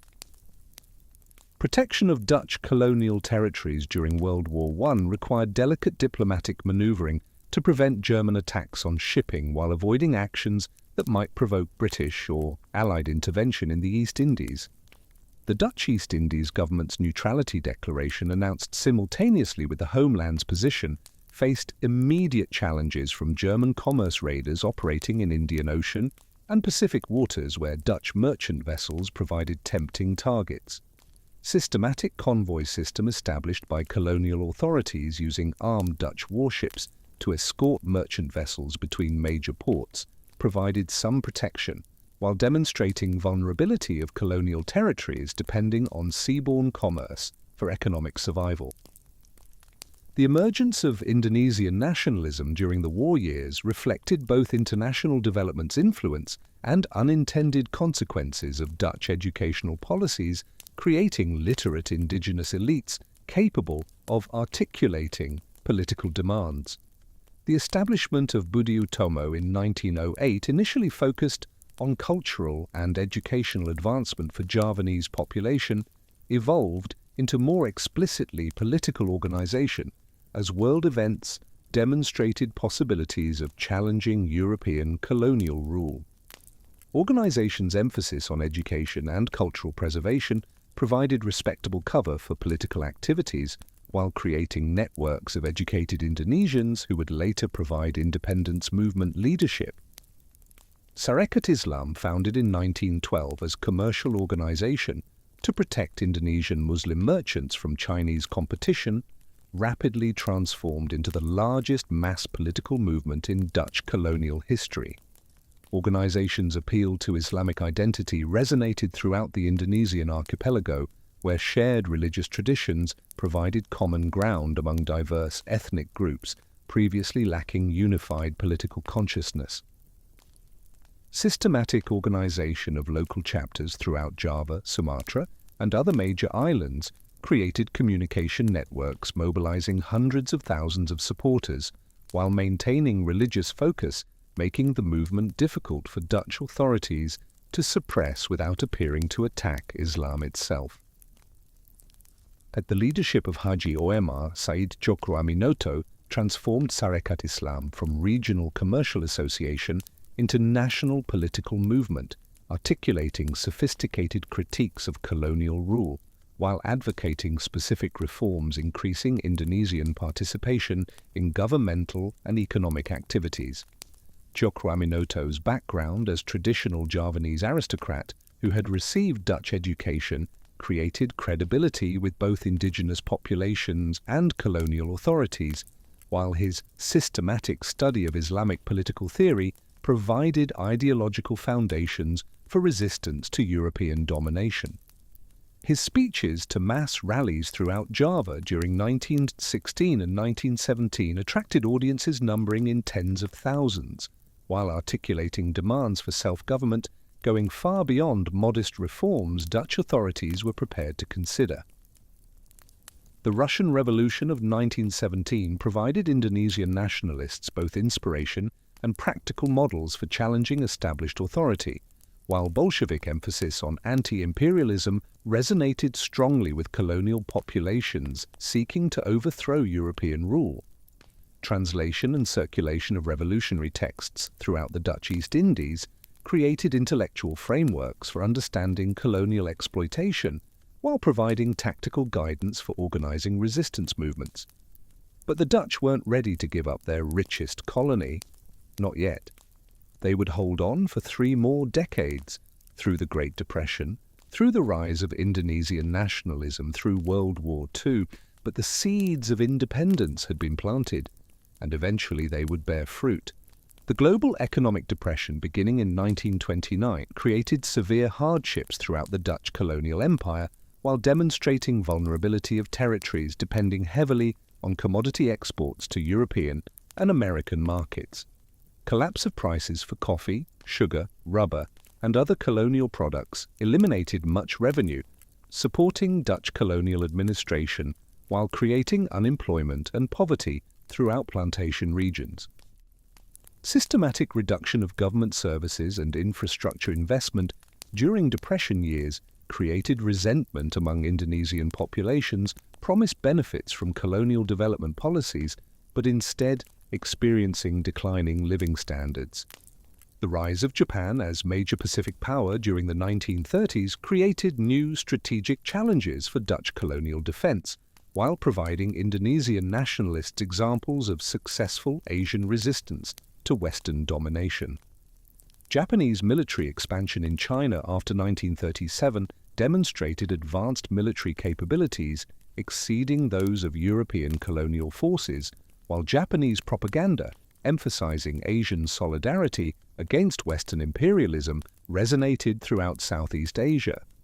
Dutch military buildup in East Indies during late 1930s reflected growing awareness of Japanese threats, while revealing inadequacy of colonial defenses against major military power with modern equipment and extensive combat experience. The German invasion of Netherlands on May 10, 1940, created immediate crisis for colonial administration as communication with homeland was severed, while Dutch authorities in East Indies faced decisions about cooperation with German-controlled government or continued resistance. Establishment of government in exile in London under Queen Wilhelmina provided some continuity of legitimate authority, but practical control over colonial territories devolved to local administrators lacking clear guidance about policy priorities. Declaration of continued resistance to German occupation by East Indies, Governor-General Tjarda van Starkenborg Stachauer aligned colonial policy with Allied war efforts while creating vulnerabilities to Japanese attack. The Japanese attack on Pearl Harbor on December 7, 1941, immediately brought Pacific War to Dutch colonial territories as Japanese forces launched coordinated assaults on American, British, and Dutch possessions throughout Southeast Asia. Speed and coordination of Japanese military operations exceeded all Dutch expectations, as combined naval and air attacks systematically eliminated Allied defensive capabilities, while Japanese ground forces prepared for amphibious invasions of key strategic targets. Destruction of Dutch naval forces at Battle of Java Sea on February 27, 1942, eliminated last significant obstacle to Japanese conquest. While demonstrating overwhelming military superiority, Japan had achieved through years of military modernization and combat experience. The Japanese invasion of Java, beginning on March 1, 1942, encountered minimal Dutch resistance, as colonial forces designed for maintaining internal security proved inadequate for defending against modern military power, with air superiority and extensive amphibious capabilities. Systematic Japanese advance across Java's major cities required only 8 days to complete, as Dutch and Allied forces lacked equipment, training, and numerical strength necessary to mount effective resistance. Surrender of Dutch forces on March 9, 1942 ended more than 3 centuries of Dutch colonial rule, while beginning period of Japanese occupation that would fundamentally transform Indonesian society and politics. The Japanese occupation created conditions proving crucial for subsequent Indonesian independence struggle, as systematic elimination of Dutch administrative structures created power vacuums Indonesian leaders could fill, while Japanese policies promoting Asian solidarity provided ideological justification for independence movements. Internment of Dutch civilians in concentration camps eliminated European influence over daily life, while creating opportunities for Indonesian administrators to assume governmental responsibilities previously restricted to Dutch officials. Harsh conditions in internment camps where inadequate food, medical care, and shelter created high mortality rates among Dutch prisoners demonstrated Japanese determination to eliminate European influence while providing Indonesians evidence of European vulnerability. The systematic mobilization of Indonesian labor for Japanese military projects created new organization forms and political consciousness, while exposing hundreds of thousands of workers to Japanese propaganda, emphasizing Asian liberation from Western imperialism. Construction of railways, airfields, and fortifications throughout Indonesian archipelago required enormous labor forces recruited through traditional village structures, but organized according to Japanese military principles. brutal working conditions characterizing these projects, where inadequate food and medical care created high death rates among Indonesian workers, generated resentment against Japanese rule, while providing organizational experience proving valuable during independence struggle. The establishment of Indonesian military units under Japanese command provided crucial military training for future independence fighters, while creating armed forces potentially used against colonial restoration efforts. The Pembela Tanah Air, established in 1943 as auxiliary force to support Japanese military operations, trained thousands of Indonesian officers and soldiers in modern military techniques, while providing weapons and organizational experience. Systematic recruitment of Indonesian youth into military training programs created generation of young men with combat experience and nationalist consciousness, providing leadership for revolutionary forces emerging after Japanese surrender. And then came August 15, 1945. Japan surrendered. The war was over, but for Indonesia, the war for independence was just beginning. The Japanese surrender on August 15, 1945, created immediate opportunities for Indonesian independence that nationalist leaders had been preparing for throughout the occupation period. The power vacuum created by Japanese withdrawal, combined with Allied delays in re-establishing control over Indonesian territories, provided crucial time for Indonesian leaders to declare independence and establish governmental institutions before European forces could return in strength.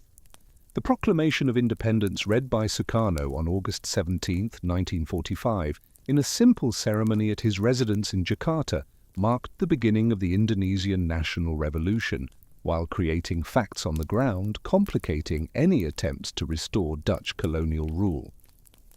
The establishment of the Republic of Indonesia under President Sukarno and Vice President Muhammad Hatta created governmental institutions claiming legitimate authority over Indonesian territory, while providing organizational frameworks for resistance to Dutch restoration efforts.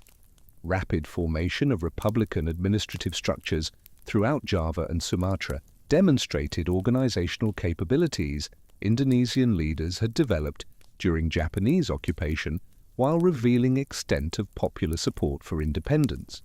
Systematic recruitment of Indonesian youth into republican military forces created armed resistance capabilities, proving crucial during subsequent conflict with returning Dutch forces.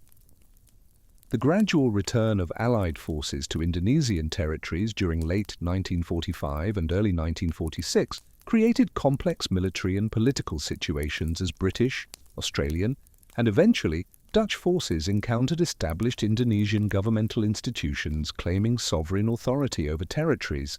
European powers still considered colonial possessions.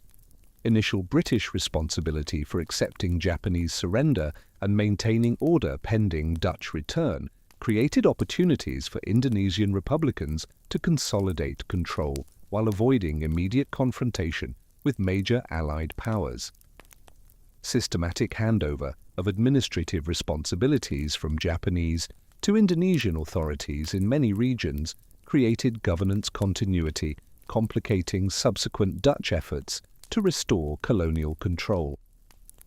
The first Dutch police action, launched on July 21, 1947, represented systematic military campaign designed to restore Dutch control over economically crucial regions, while eliminating Republican governmental institutions through superior firepower and mobility. Deployment of 100,000 Dutch troops, including many veterans of European combat during World War II, demonstrated scale of military commitment. Netherlands was prepared to preserve colonial control. Systematic advance of Dutch mechanized forces through Republican territory achieved rapid territorial gains while failing to eliminate Republican leadership or destroy popular support, sustaining Indonesian resistance. The international response to Dutch military operations reflected changing global attitudes toward colonialism, while demonstrating influence of newly established international organizations like United Nations in mediating colonial conflicts.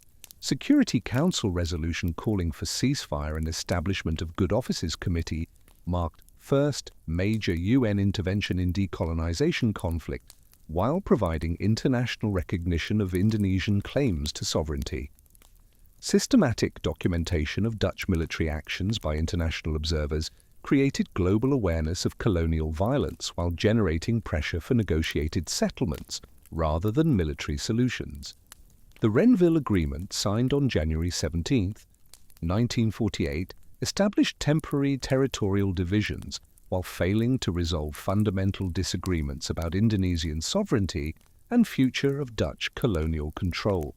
Creation of demarcation lines leaving Dutch forces in control of economically important regions, while confining Republican authority to less developed areas, demonstrated military advantages. Superior equipment and training had provided Dutch forces.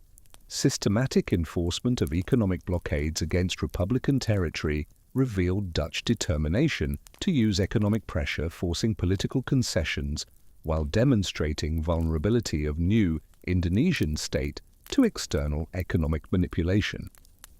The second Dutch police action, beginning on December 19, 1948, represented final attempt to eliminate Indonesian republican institutions through military conquest, while international opinion increasingly favored decolonization. Systematic Dutch advance capturing Republican capital of Yogyakarta and arresting President Sukarno and other key leaders achieved tactical success while generating international condemnation, proving strategically decisive.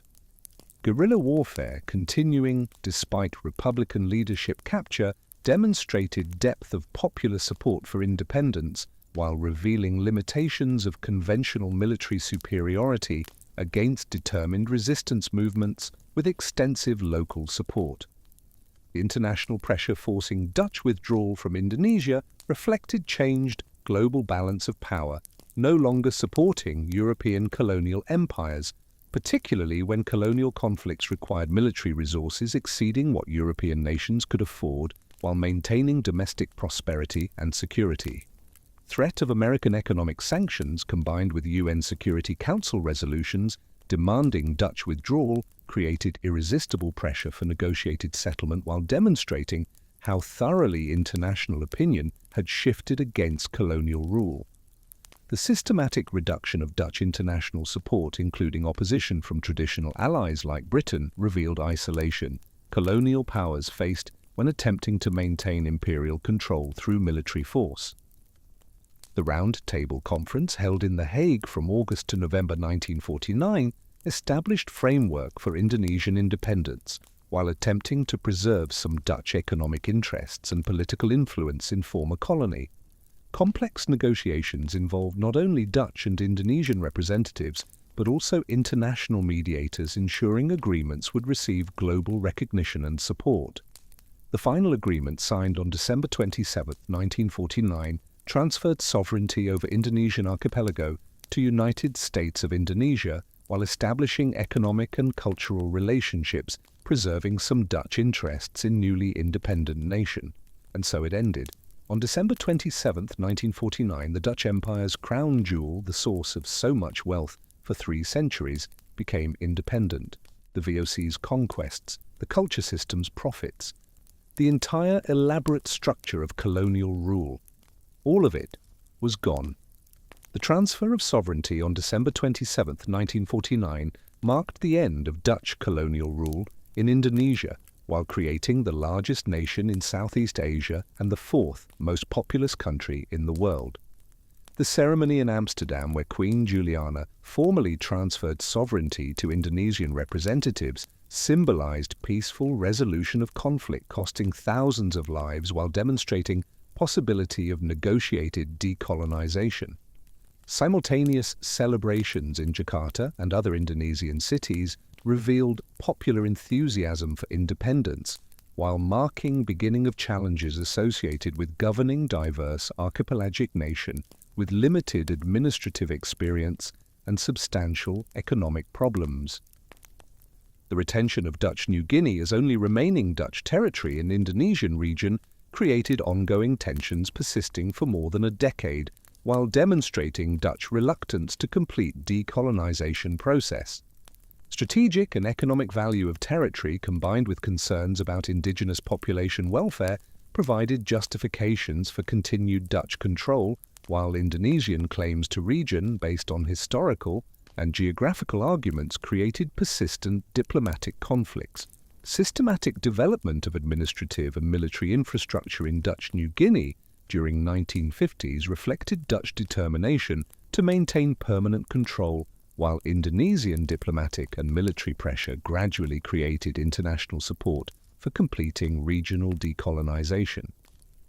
The final transfer of West Papua to Indonesia in 1963, accomplished through UN-mediated negotiations rather than military conquest, eliminated last significant Dutch territorial possession in Asia, while completing decolonization process begun with Indonesian independence.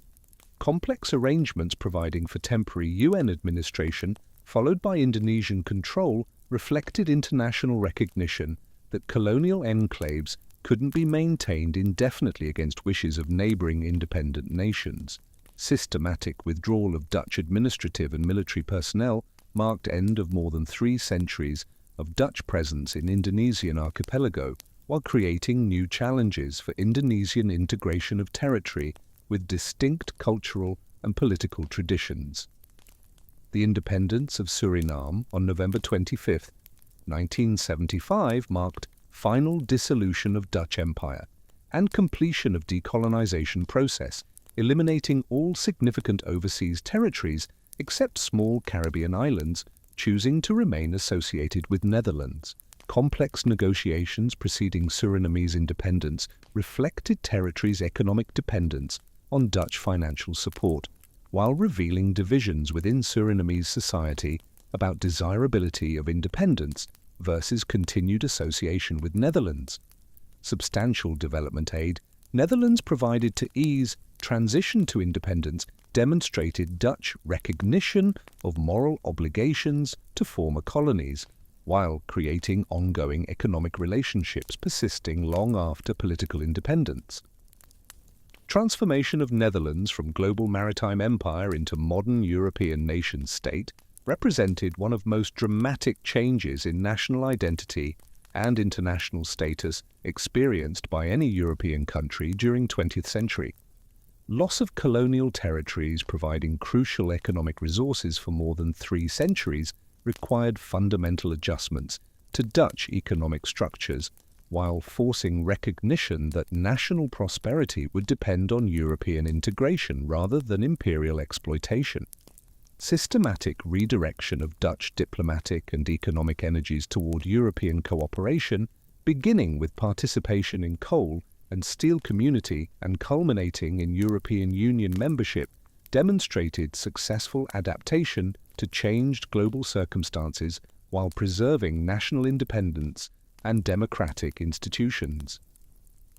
The establishment of Kingdom of Netherlands as constitutional monarchy encompassing only European Netherlands and Caribbean islands of Aruba, Curaçao, and Sint Maarten represented final constitutional arrangement emerging from decolonization process. These remaining territories choosing association with Netherlands rather than complete independence created unique form of post-colonial relationship, preserving cultural and economic connections while granting substantial autonomy in domestic affairs. Success of this arrangement in maintaining peaceful and prosperous relationships demonstrated decolonization could take various forms while respecting wishes of local populations and practical requirements of small island societies. The legacy of Dutch Empire, spanning nearly 4 centuries and encompassing territories on every continent, profoundly influenced both Netherlands and societies experiencing Dutch colonial rule. Wealth extracted from colonial territories had supported Dutch prosperity during Golden Age, while providing capital necessary for later industrial development and social welfare systems. Cultural exchanges resulting from colonial relationships enriched Dutch society while creating lasting connections between Netherlands and former colonies, persisting long after political independence. The moral reckoning with colonial exploitation begun during late colonial period continues to influence Dutch society and politics, contributing to progressive social policies and international development assistance reflecting recognition of historical responsibilities to former colonial populations. The multicultural character of modern Dutch society, enriched by immigration from former colonies, demonstrated how decolonization had created new forms of international connection, transcending hierarchical relationships of imperial period. And so the story ends. From Burgundian provinces to global empire to modern European nation-state, the Dutch journey spanned 6 centuries and changed the world forever. They invented modern capitalism. They pioneered financial instruments still used today. They created the first true multinational corporation. They demonstrated that republics could compete with monarchies, that merchants could challenge kings, that a small nation with determination and innovation could dominate global commerce. The empire is gone, but its legacy endures in the stock markets, the trading networks, the corporate structures that still shape our globalized world. The Dutch didn't just build an empire, they invented the modern economic system, and that perhaps is the most lasting empire of all. The development of the Cape Colony at southern Africa's tip created another distinctive form of Dutch colonial society, combining European agricultural techniques with adaptations to African environmental conditions and interactions with indigenous Khoikhoi and San populations. Initial establishment of a refreshment station for VOC ships traveling to and from Asia gradually expanded into settler colony, as Dutch farmers received land grants allowing them to establish wheat farms and cattle ranches in fertile valleys surrounding Cape Town. Mediterranean climate characterizing Cape region proved ideal for European agricultural techniques, while requiring adaptations to local soil conditions and seasonal rainfall patterns differing from those familiar to Dutch farmers. The labor systems developing in Cape Colony combined enslaved workers imported from Madagascar, Indonesia, and other regions under Dutch control, with indigenous Khoikhoi people initially serving as cattle herders and agricultural workers. Gradual displacement of Khoikhoi communities from traditional grazing lands created conflicts escalating into systematic warfare as Dutch settlers expanded territorial control beyond original boundaries established by VO authorities. The Khoikhoi-Dutch Wars occurring during 1650s and 1670s resulted in destruction of indigenous political structures and incorporation of surviving Khoikhoi into colonial labor systems as servants and farm workers possessing few legal protections or recognized rights. The unique social hierarchy emerging in Cape Colony reflected both Dutch racial prejudices and practical requirements of maintaining colonial control over diverse populations in frontier environment. Distinction between free burghers and company employees created divisions within European population, while presence of substantial populations of enslaved workers, indigenous servants, and mixed-race individuals created complex social stratifications persisting throughout colonial period. Development of Afrikaans as distinct language combining Dutch vocabulary with influences from Malay, Portuguese, and indigenous languages reflected multicultural character of Cape colonial society, while creating new cultural identity forms distinguishing Cape colonists from their European origins. The systematic expansion of Dutch colonial control during 18th and early 19th centuries created administrative and economic structures extracting maximum value from distant territories, while maintaining sufficient local stability, ensuring continued production and trade. VOC's gradual decline during 18th century reflected combination of administrative corruption, military overextension, and changing global commercial patterns, reducing profitability of Asian trade monopolies. Companies' mounting debts and inability to compete with English and French rivals led to its dissolution in 1799, ending nearly 2 centuries of existence as world's most powerful commercial corporation. Transfer of VOC territories to Dutch state control created new administrative arrangements attempting to preserve colonial revenues while adapting to changed political circumstances following Napoleonic period. British occupation of Cape Colony and Ceylon during Napoleonic Wars demonstrated vulnerability of Dutch colonial possessions to British naval power, while establishing patterns of territorial loss continuing throughout 19th century. Congress of Vienna's arrangements returning most Dutch East Indies possessions while confirming British retention of Cape Colony and Ceylon reflected new European balance of power, recognizing British naval dominance while providing Netherlands opportunities to rebuild colonial empire in Southeast Asia. The implementation of culture system in Java during 1830s represented most systematic attempt to extract wealth from colonial territories ever undertaken by European administrators. Johannes van den Bosch, appointed as Governor-General with specific instructions to maximize colonial revenues, developed comprehensive program of forced cultivation, requiring Javanese farmers to dedicate 1/5 of land and labor to crops designated by Dutch authorities. System's theoretical foundation rested on principle that indigenous populations owed labor obligations to colonial rulers, a concept transforming traditional Javanese agricultural practices while generating unprecedented revenues for Dutch treasury. Practical implementation of forced cultivation required extensive modifications to existing administrative structures as Dutch residents and Javanese regents assumed responsibility for organizing production of coffee, sugar, indigo, and other valuable crops.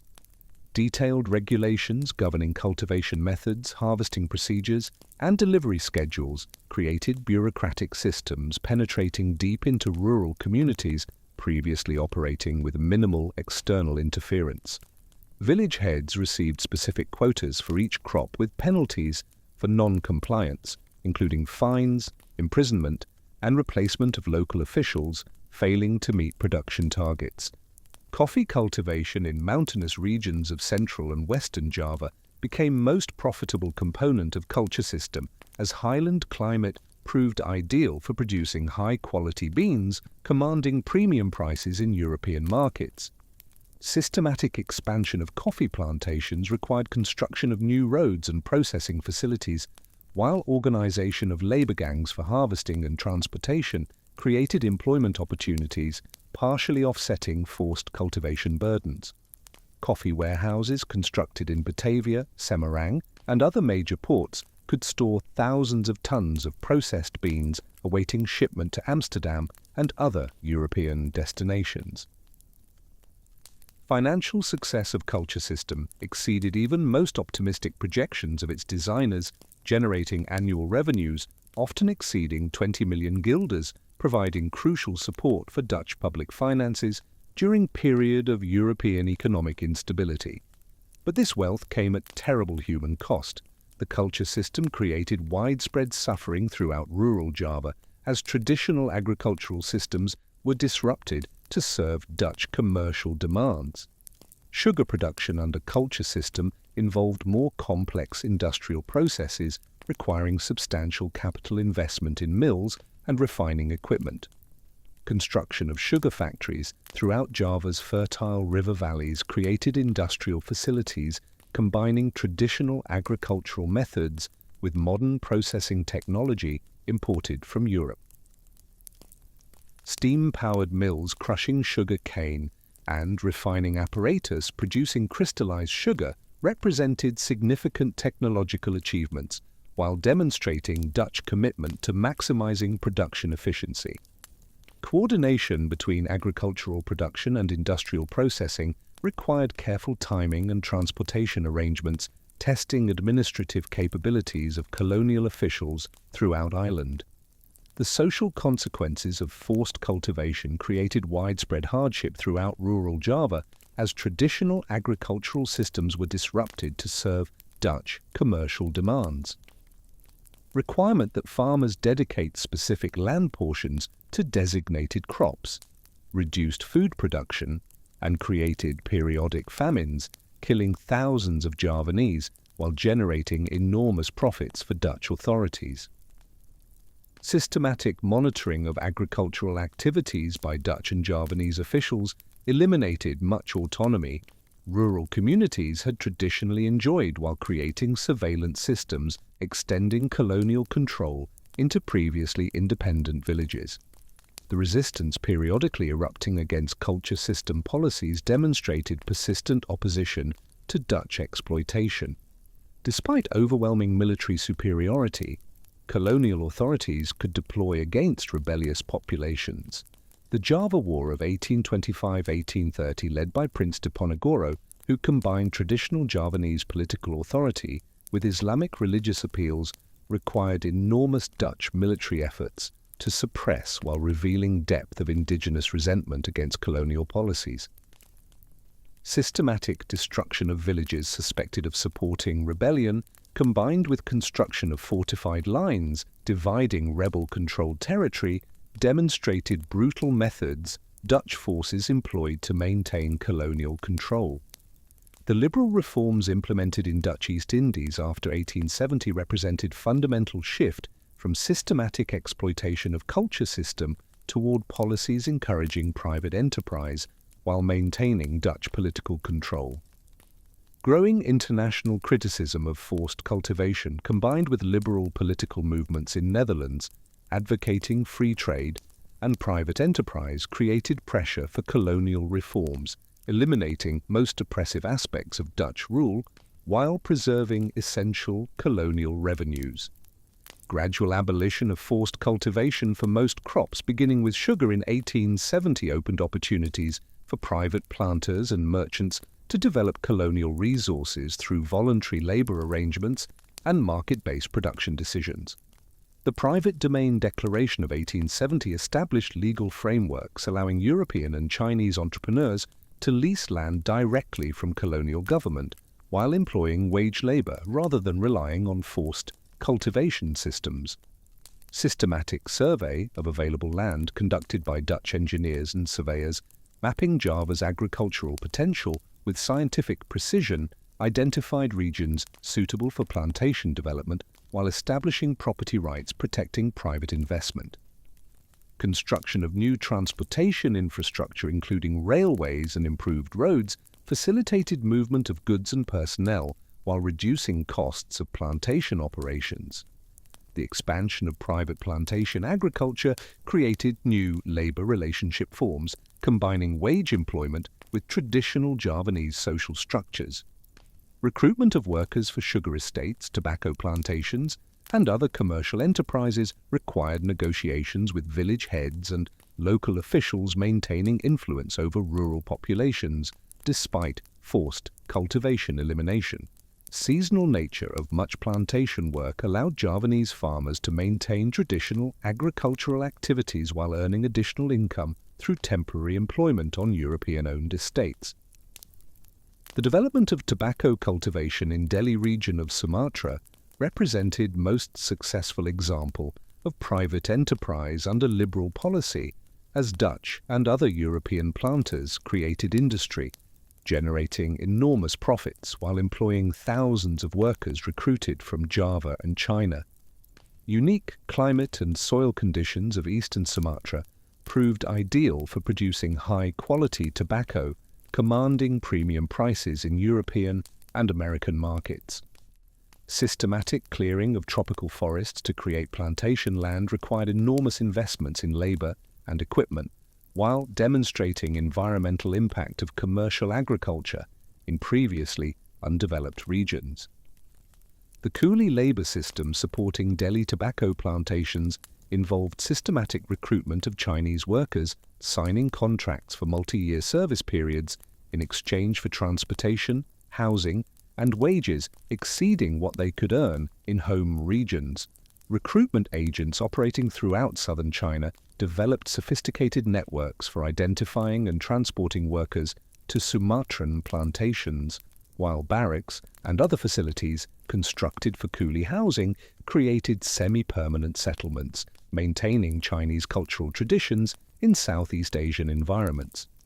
Harsh working conditions and strict discipline characterizing plantation labor created periodic unrest and occasional violence requiring intervention by colonial authorities.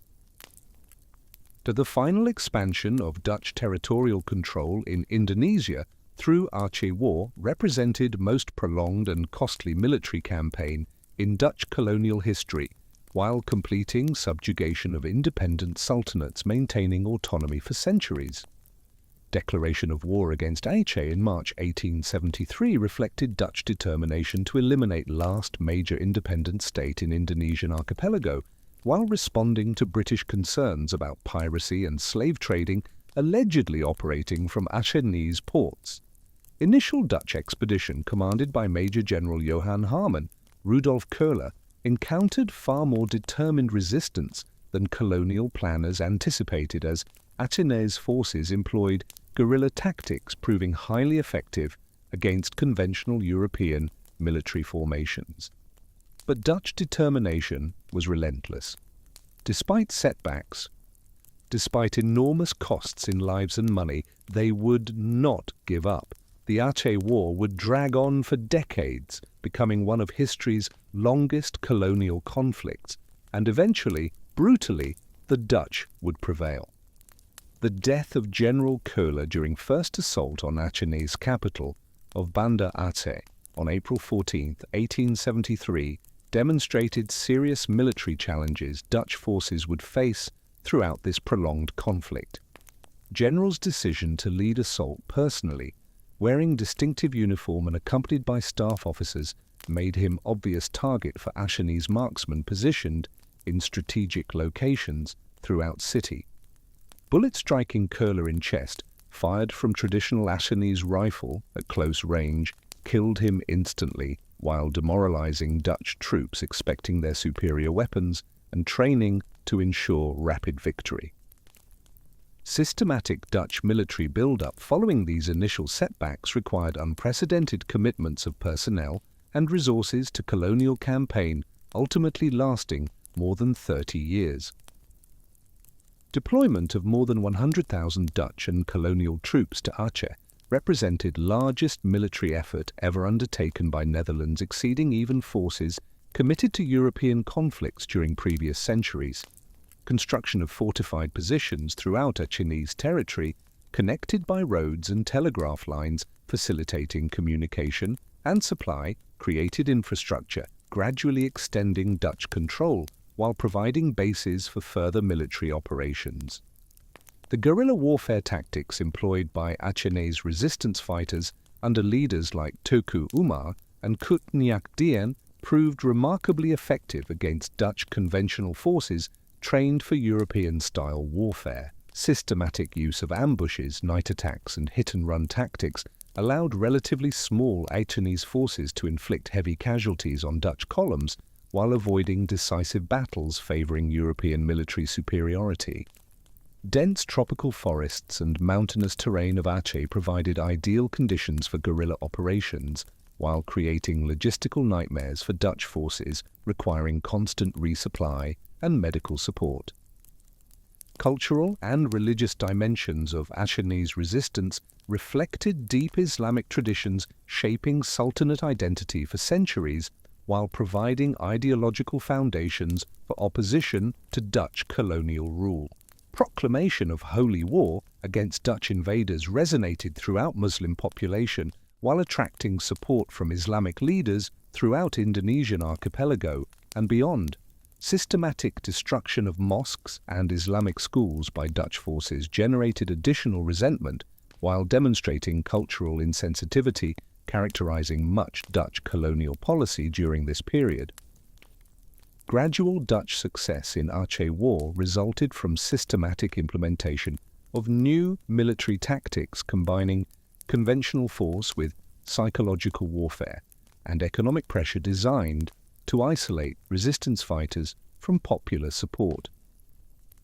Concentration camp system established by General J.B. van Hoyts after 1898 separated civilian populations from guerrilla fighters while providing Dutch forces better intelligence about resistance activities. Systematic burning of villages and destruction of crops eliminated economic base, supporting prolonged resistance while creating humanitarian crises. International observers would later criticize as violations of civilized warfare standards. The subjugation of remaining independent sultanates throughout Indonesian archipelago during late 19th and early 20th centuries completed territorial expansion begun 3 centuries earlier, with first Dutch trading expeditions to Southeast Asia.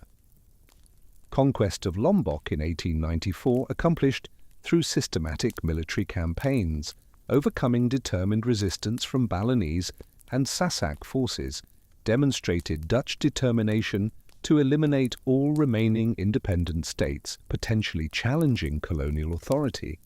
Deployment of modern artillery and machine guns against traditional weapons created enormous disparities in military capability, making resistance ultimately futile despite courage and determination of indigenous defenders. The transformation of colonial administration during this period reflected both practical requirements for governing expanded territories and evolving European concepts about colonial responsibility culminating in ethical policy. Establishment of unified administrative system throughout Dutch East Indies required training of thousands of Dutch and Indonesian officials implementing colonial policies while maintaining communication between distant territories and central government in Batavia. Development of standardized legal codes, taxation systems, and administrative procedures created bureaucratic efficiency while eliminating much local autonomy characterizing earlier colonial arrangements. The beginning of ethical policy around 1900 represented fundamental shift in Dutch colonial ideology from purely exploitative policies toward concepts of colonial responsibility, emphasizing education, infrastructure development, and gradual preparation for eventual self-government. Speech by Queen Wilhelmina in 1901, acknowledging Dutch moral obligations to colonial populations, marked official adoption of policies investing colonial revenues in projects designed to benefit indigenous populations rather than merely extracting wealth for transfer to Netherlands. Establishment of schools, hospitals, and transportation infrastructure throughout Dutch East Indies created visible improvements in living conditions while demonstrating Dutch commitment to more enlightened colonial policies. The expansion of educational opportunities for indigenous populations represented one of most significant aspects of ethical policy, while creating unintended consequences, ultimately contributing to development of Indonesian nationalism. Establishment of Dutch-language schools throughout Java and other major islands provided thousands of young Indonesians access to European knowledge and political concepts later used to challenge colonial rule. Medical schools established in Batavia and other cities trained Indonesian doctors and healthcare workers while creating professional classes providing leadership for independence movements during following decades. But educational reform had a paradox at its heart. The Dutch sought to create loyal, educated colonial subjects who would appreciate benefits of enlightened colonial rule. Instead, they created a generation of intellectuals who would demand independence. Education was meant to strengthen colonial control. Instead, it undermined it completely. The infrastructure improvements undertaken as part of ethical policy created transportation and communication networks facilitating economic development while inadvertently providing physical foundations for future nationalist movements. Railway construction connecting major cities throughout Java and Sumatra reduced transportation costs while enabling more efficient administration of colonial territories. Telegraph systems linking distant regions to central authorities in Batavia also provided rapid communication capabilities, later serving independence movements seeking to coordinate activities across vast Indonesian archipelago. Irrigation projects undertaken in Java during early 20th century demonstrated Dutch engineering capabilities while increasing agricultural productivity, supporting growing populations. Systematic construction of canals, dikes, and water control systems required enormous investments in technical expertise and construction materials while creating agricultural infrastructure benefiting Indonesian farmers for generations. Coordination between Dutch engineers and local workers possessing traditional knowledge of water management created hybrid technological systems combining European scientific methods with indigenous practical expertise. The emergence of Indonesian nationalism during early 20th century reflected both influence of international developments and unintended consequences of Dutch educational policies, creating literate indigenous elites capable of articulating political demands. Establishment of Budi Utomo in 1908 initially focused on cultural and educational advancement for Javanese population, but evolved into more explicitly political organization as world events demonstrated possibilities of challenging European colonial rule. Organization's emphasis on education and cultural preservation provided respectable cover for political activities, while creating networks of educated Indonesians, later providing independence movement leadership. Sarekat Islam, founded in 1912, rapidly transformed into largest mass political movement in Dutch colonial history, appealing to Islamic identity, resonating throughout Indonesian archipelago, where shared religious traditions provided common ground among diverse ethnic groups previously lacking unified political consciousness.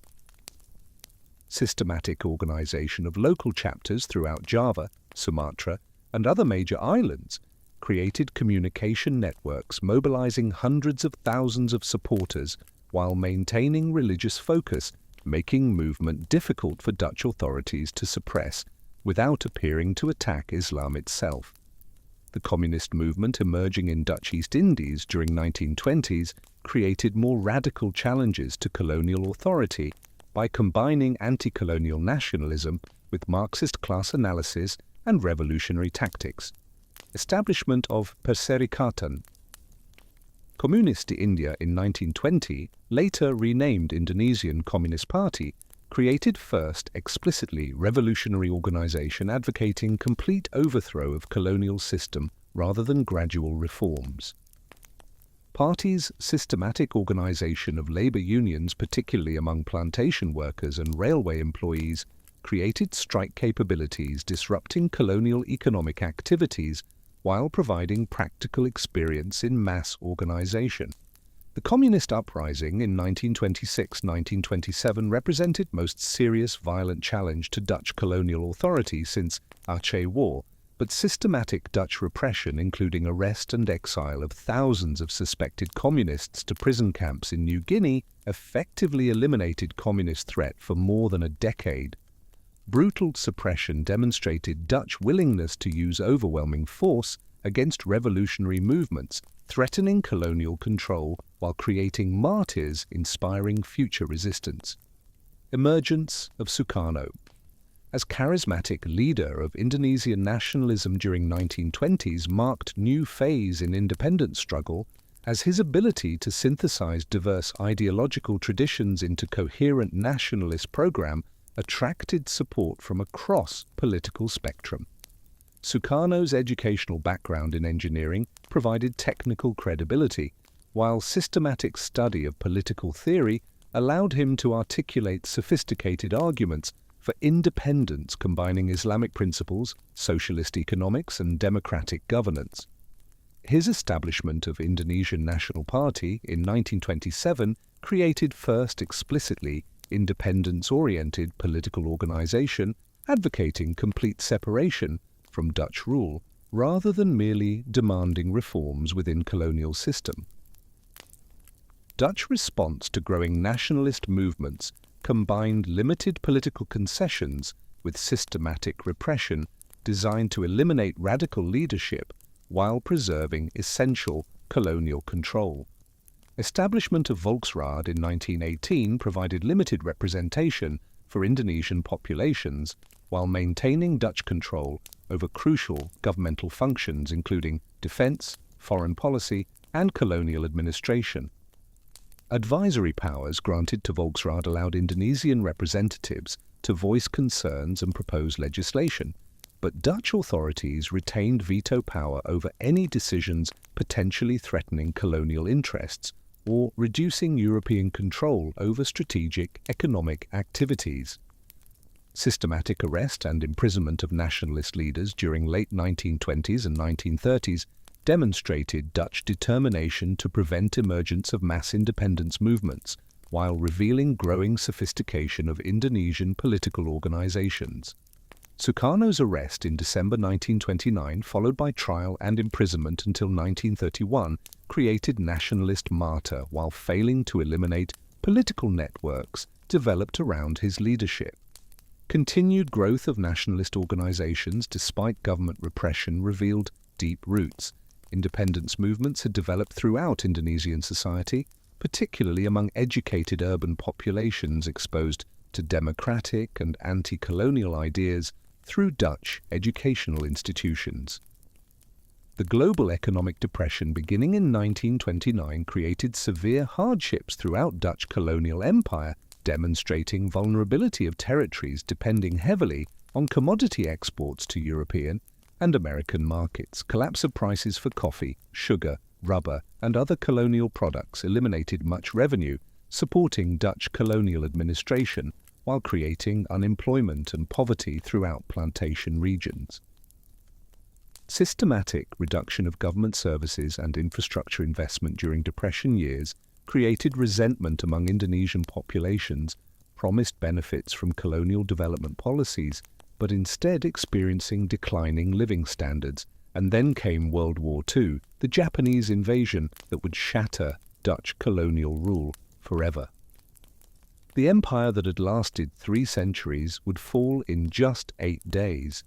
Sukarno's collaboration with Japanese authorities during occupation period reflected pragmatic recognition that Japanese rule provided opportunities for advancing Indonesian independence impossible under Dutch colonial administration. His appointment to various advisory positions in Japanese administration allowed him to maintain visibility and influence while avoiding imprisonment, characterizing his relationship with Dutch authorities. Speeches and radio broadcasts Sukarno delivered under Japanese sponsorship reached audiences throughout Indonesian archipelago, while articulating visions of Indonesian independence, inspiring revolutionary movement emerging in 1945. The Japanese surrender on August 15, 1945, created immediate opportunities for Indonesian independence nationalist leaders had been preparing for throughout occupation period. Power vacuum created by Japanese withdrawal, combined with Allied delays in re-establishing control over Indonesian territories, provided crucial time for Indonesian leaders to declare independence and establish governmental institutions before European forces could return in strength. Proclamation of Independence read by Sukarno on August 17, 1945, in simple ceremony at his Jakarta residence, marked beginning of Indonesian national revolution, while creating facts on ground complicating any attempts to restore Dutch colonial rule. Establishment of Republic of Indonesia under President Sukarno and Vice President Muhammad Hatta created governmental institutions claiming legitimate authority over Indonesian territory while providing organizational frameworks for resistance to Dutch restoration efforts. Rapid formation of republican administrative structures throughout Java and Sumatra demonstrated organizational capabilities Indonesian leaders had developed during Japanese occupation while revealing extent of popular support for independence. Systematic recruitment of Indonesian youth into republican military forces created armed resistance capabilities, proving crucial during subsequent conflict with returning Dutch forces. The gradual return of Allied forces to Indonesian territories during late 1945 and early 1946 created complex military and political situations as British, Australian, and eventually Dutch forces encountered established Indonesian governmental institutions claiming sovereign authority over territories European powers still considered colonial possessions. Initial British responsibility for accepting Japanese surrender and maintaining order pending Dutch return created opportunities for Indonesian republicans to consolidate control while avoiding immediate confrontation with major Allied powers. Systematic handover of administrative responsibilities from Japanese to Indonesian authorities in many regions created governance continuity, complicating subsequent Dutch efforts to restore colonial control.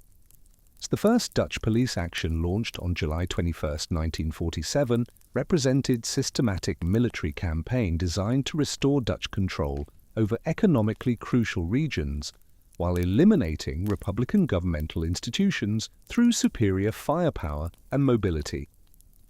Deployment of 100,000 Dutch troops, including many veterans of European combat during World War II, demonstrated scale of military commitment. Netherlands was prepared to make preserving colonial control. Systematic advance of Dutch mechanized forces through Republican territory achieved rapid territorial gains, while failing to eliminate Republican leadership or destroy popular support, sustaining Indonesian resistance. International response to Dutch military operations reflected changing global attitudes toward colonialism, while demonstrating influence of newly established international organizations like United Nations in mediating colonial conflicts. Security Council resolution calling for ceasefire and establishment of Good Offices Committee marked first major UN intervention in decolonization conflict, while providing international recognition of Indonesian claims to sovereignty.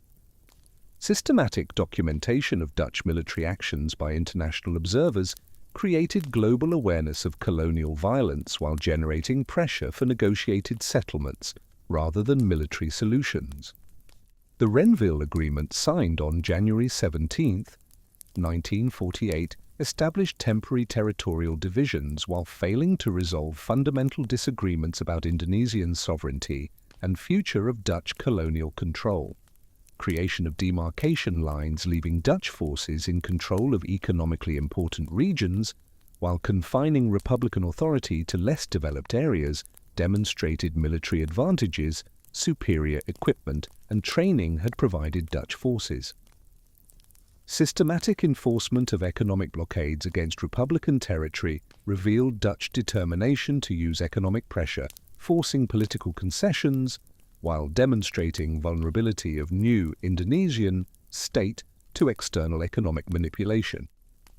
The second Dutch police action, beginning on December 19, 1948, represented final attempt to eliminate Indonesian Republican institutions through military conquest, while international opinion increasingly favored decolonization. Systematic Dutch advance capturing Republican capital of Yogyakarta and arresting President Sukarno and other key leaders achieved tactical success while generating international condemnation, proving strategically decisive. Guerrilla warfare continuing despite Republican leadership capture demonstrated depth of popular support for independence, while revealing limitations of conventional military superiority against determined resistance movements with extensive local support.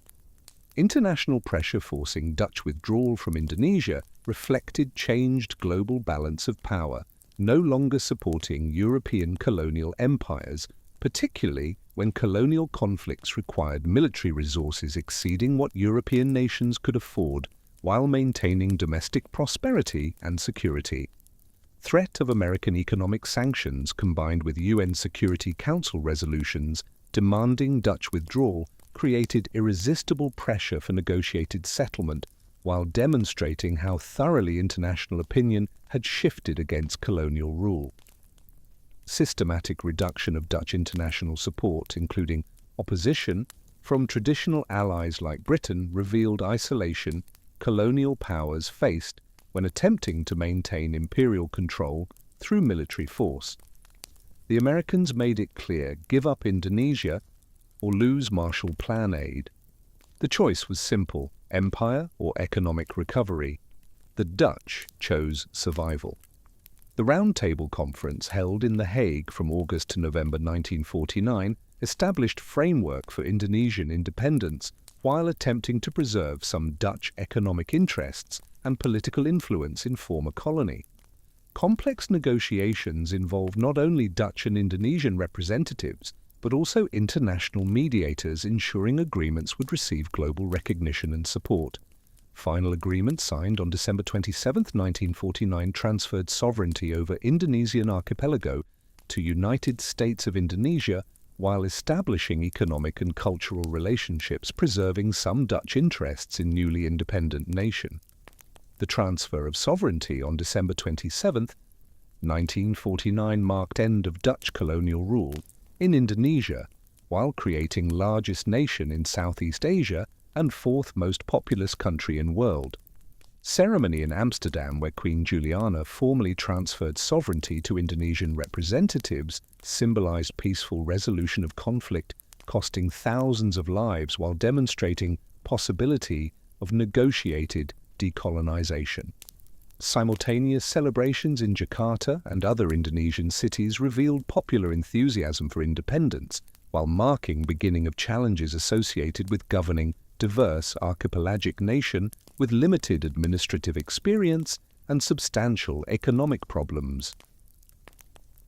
Retention of Dutch New Guinea as only remaining Dutch territory in Indonesian region created ongoing tensions persisting for more than a decade, while demonstrating Dutch reluctance to complete decolonization process. Strategic and economic value of territory combined with concerns about indigenous population welfare provided justifications for continued Dutch control, while Indonesian claims to region, based on historical and geographical arguments, created persistent diplomatic conflicts. Systematic development of administrative and military infrastructure in Dutch New Guinea during 1950s reflected Dutch determination to maintain permanent control, while Indonesian diplomatic and military pressure gradually created international support for completing regional decolonization. The final transfer of West Papua to Indonesia in 1963, accomplished through UN-mediated negotiations rather than military conquest, eliminated last significant Dutch territorial possession in Asia, while completing decolonization process begun with Indonesian independence. Complex arrangements providing for temporary UN administration, followed by Indonesian control, reflected international recognition that colonial enclaves couldn't be maintained indefinitely against wishes of neighboring independent nations. Systematic withdrawal of Dutch administrative and military personnel marked end of more than 3 centuries of Dutch presence in Indonesian archipelago, while creating new challenges for Indonesian integration of territory with distinct cultural and political traditions. The independence of Suriname on November 25, 1975 marked final dissolution of Dutch Empire and completion of decolonization process, eliminating all significant overseas territories except small Caribbean islands, choosing to remain associated with Netherlands. Complex negotiations preceding Suriname's independence reflected territory's economic dependence on Dutch financial support, while revealing divisions within Surinamese society about desirability of independence versus continued association with Netherlands. Substantial development aid Netherlands provided to ease transition to independence demonstrated Dutch recognition of moral obligations to former colonies while creating ongoing economic relationships persisting long after political independence. Transformation of Netherlands from global maritime empire into modern European nation-state represented one of most dramatic changes in national identity and international status experienced by any European country during 20th century. Loss of colonial territories providing crucial economic resources for more than 3 centuries required fundamental adjustments to Dutch economic structures, while forcing recognition that national prosperity would depend on European integration rather than imperial exploitation. Systematic redirection of Dutch diplomatic and economic energies toward European cooperation, beginning with participation in coal and steel community and culminating in European Union membership, demonstrated successful adaptation to changed global circumstances while preserving national independence and democratic institutions. The establishment of Kingdom of Netherlands as constitutional monarchy, encompassing only European Netherlands and Caribbean islands of Aruba, Curaçao, and Sint Maarten represented final constitutional arrangement emerging from decolonization process.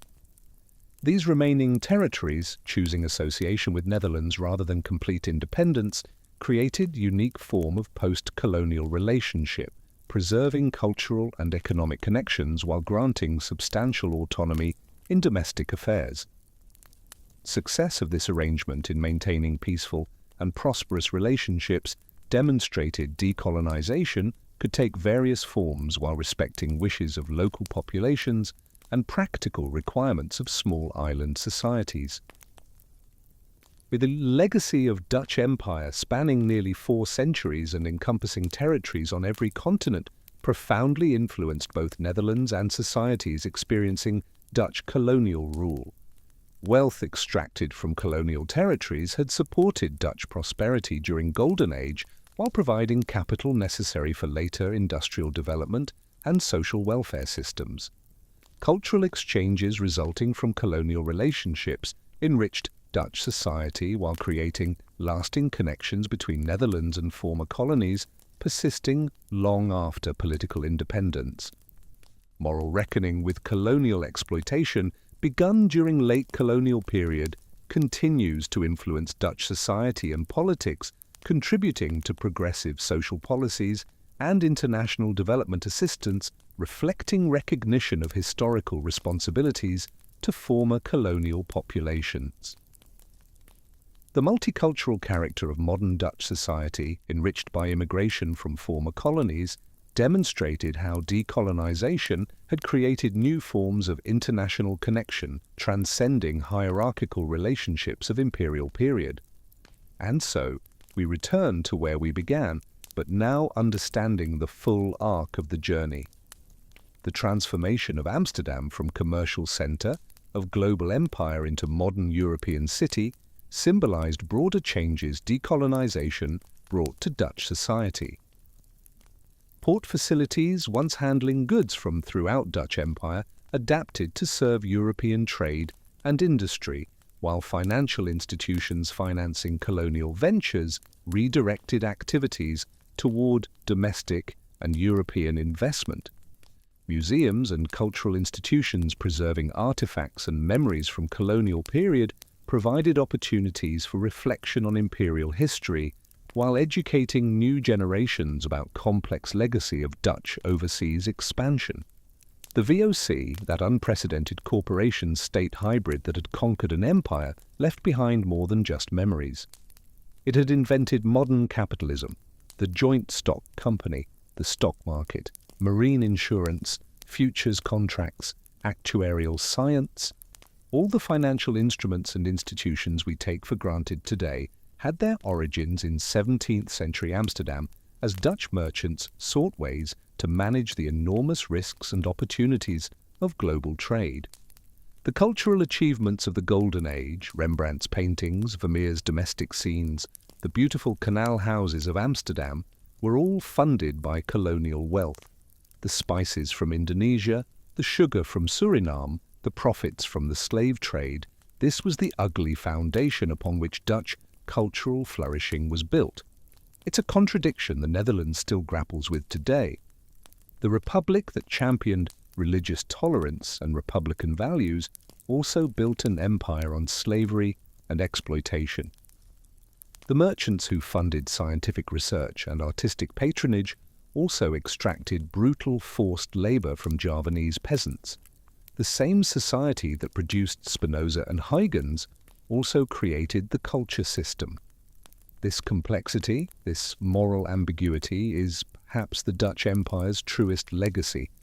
Not just the financial innovations or the trading networks or the colonial possessions, but the uncomfortable questions it forces us to confront about the relationship between prosperity and exploitation, between freedom at home and oppression abroad, between cultural achievement and moral compromise.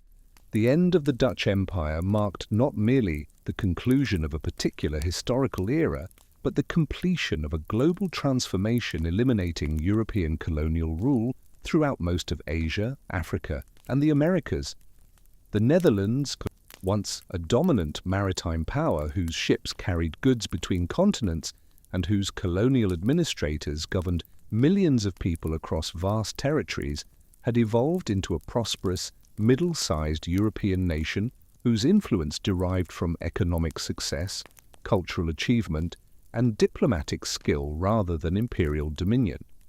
This transformation, accomplished through combination of international pressure, colonial resistance, and Dutch recognition of changing global realities, demonstrated both possibility of peaceful decolonization and adaptability of democratic societies to fundamental changes in their international circumstances. From those Burgundian provinces in 1384 to the modern Netherlands of today, the journey spanned 6 centuries and fundamentally reshaped the world. The Dutch showed that small nations could achieve great things through innovation, determination, and willingness to take risks. They proved that republics could compete with monarchies, that merchants could challenge aristocrats, that a swampy delta at Europe's northwestern edge could become the center of global commerce. The ships are gone. The trading posts have closed. The VOC dissolved 2 centuries ago. But walk through Amsterdam today and you can still see the legacy, the canal houses built with spice profits, the warehouses that once stored goods from around the world, the stock exchange that invented modern finance. The Dutch didn't just build an empire, they built the foundation of our modern globalized economy. The empire fell, but its innovations, the financial systems, the trading networks, the corporate structures, these endure. In that sense, the Dutch Empire never really ended. It just transformed into something bigger than any territorial empire could ever be. It became the system itself. Every time you buy stock, you're using a Dutch invention. Every time a corporation issues shares, it's following patterns established by the VOC. Every time marine insurance protects a shipment, it's applying principles developed in 17th century Amsterdam.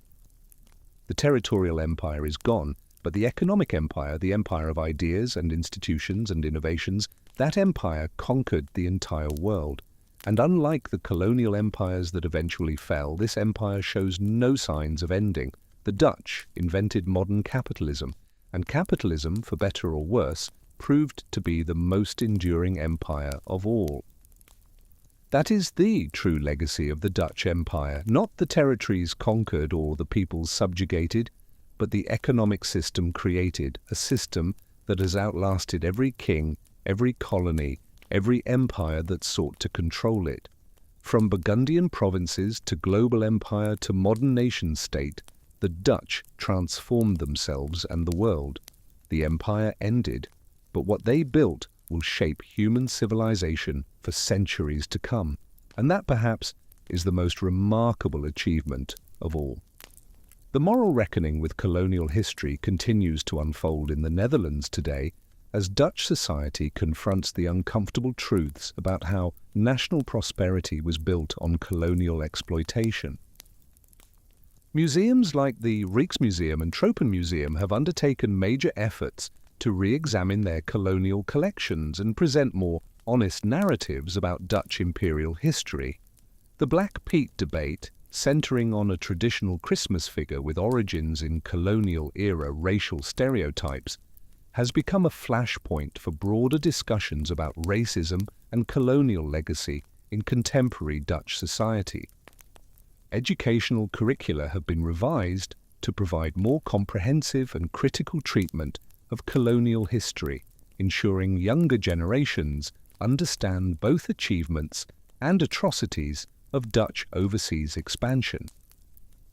The Indonesian community in the Netherlands, including both people of Indonesian descent and Dutch citizens who lived in the former colony, has played a crucial role in keeping colonial memory alive while advocating for fuller recognition of colonial violence and exploitation. Annual commemorations of Indonesian independence and periodic controversies over Dutch government apologies for colonial-era atrocities demonstrate ongoing process of historical reckoning that shows no signs of concluding. The Rawagede case, in which Dutch courts ruled that Netherlands was liable for 1947 massacre of Indonesian civilians during Independence War, represented significant legal and moral acknowledgement of colonial violence. This precedent has encouraged other claims for recognition and compensation from communities affected by Dutch colonial violence, creating ongoing dialogue about historical responsibility and restorative justice. The economic dimension of colonial legacy remains visible in modern Netherlands, as many of the country's wealthiest families can trace their fortunes to colonial-era commerce and plantation ownership. Major Dutch corporations, including Unilever and Royal Dutch Shell, have colonial origins, though their modern operations bear little resemblance to their 17th and 18th century predecessors. Financial institutions like ABN AMRO have commissioned historical research into their predecessor banks' involvement in slave trade and colonial commerce, representing corporate acknowledgement of problematic historical foundations. Political dimension of decolonization continues to shape Dutch foreign policy, particularly regarding relationships with Indonesia, Suriname, and Caribbean territories. Development assistance to former colonies represents both moral obligation and practical investment in maintaining positive relationships with nations where Dutch language, legal systems, and cultural influences remain significant. The unique constitutional arrangement with Aruba, Curaçao, and Sint Maarten, which remain part of Kingdom of Netherlands while exercising substantial autonomy, demonstrates creative approaches to post-colonial relationships, allowing for continued association while respecting local self-governance. Immigration from former colonies has fundamentally transformed Dutch society, creating multicultural urban centers, particularly in Amsterdam, Rotterdam, and The Hague. Indonesian restaurants have become an integral part of Dutch culinary culture, while Surinamese and Antillean communities have contributed to music, arts, and cultural life, enriching Dutch society while maintaining connections to their ancestral homelands. The integration challenges and occasional tensions accompanying this diversity reflect broader European struggles with multiculturalism and immigration, while also representing unique aspects of post-colonial relationship management. The linguistic legacy of empire persists in Dutch language, which contains numerous loanwords from Indonesian, particularly in culinary vocabulary where words like satay, sambal, and riesttafel have become fully integrated into Dutch. Place names throughout former colonies preserve Dutch linguistic influences, while Dutch remains official language in Suriname and is spoken by significant minorities in Indonesia and South Africa. The architectural legacy of Dutch colonial rule remains visible throughout former territories, from VOC warehouses in Indonesian port cities to plantation great houses in Suriname to Cape Dutch architecture in South Africa. These buildings serve as physical reminders of colonial period, while also representing significant cultural heritage requiring preservation despite their association with colonial oppression. The debate over whether to preserve, demolish, or repurpose colonial-era monuments and buildings reflects broader tensions about how societies should remember and represent difficult histories. And the scholarly study of Dutch Empire has expanded dramatically in recent decades, as historians have moved beyond celebratory accounts of Dutch commercial and naval achievements to examine exploitation, violence, and resistance that characterized colonial rule. International collaborations between Dutch scholars and historians in former colonies have produced more nuanced and comprehensive accounts, drawing on archives and perspectives from both colonizers and colonized. This scholarly work has influenced public understanding, while also generating controversies when research reveals extent of colonial violence or challenges nationalist narratives about colonial period. And the environmental legacy of Dutch colonial rule includes both destructive impacts of plantation agriculture and resource extraction, and innovative water management and agricultural techniques that continue to benefit former colonies. Dutch hydraulic engineering expertise, developed partly through colonial projects in Indonesia, has been applied to development assistance programs, helping former colonies and other developing nations manage water resources and prevent flooding. The coffee, tea, sugar, and spice crops introduced or expanded during colonial period remain economically important in Indonesia and Suriname, though contemporary cultivation methods bear little resemblance to forced labor systems of colonial era. The future of Dutch relationships with former colonies will likely continue evolving as new generations in both Netherlands and formerly colonized territories develop their own perspectives on colonial legacy. The decreasing number of people with direct personal memories of colonial period means that understanding of this history increasingly depends on education, museums, and cultural representations rather than lived experience. The technological innovations pioneered by Dutch colonial enterprise had impacts extending far beyond Dutch Empire itself, influencing development of global capitalism and European colonialism more broadly. The joint stock company model pioneered by VOC was adopted by English East India Company and other European trading corporations, establishing precedent for corporate colonialism that would shape imperial expansion for centuries. The sophisticated financial instruments developed in Amsterdam, including futures contracts, options, and short selling, became standard features of modern financial markets, while actuarial methods developed for marine insurance laid foundations for modern insurance industry. The systematic collection and analysis of commercial data undertaken by VOC and WIC created information management practices that anticipated modern business intelligence while demonstrating value of empirical data for strategic decision-making. The model of corporate governance established by VOC, with separation between shareholders and managers and mechanisms for accountability to investors, established principles still relevant to modern corporate structure, though implementation and effectiveness of these principles remains subject to ongoing debate and reform. The bureaucratic systems developed for administering vast colonial territories demonstrated possibilities of professional civil service while also revealing dangers of unaccountable bureaucratic power operating far from democratic oversight.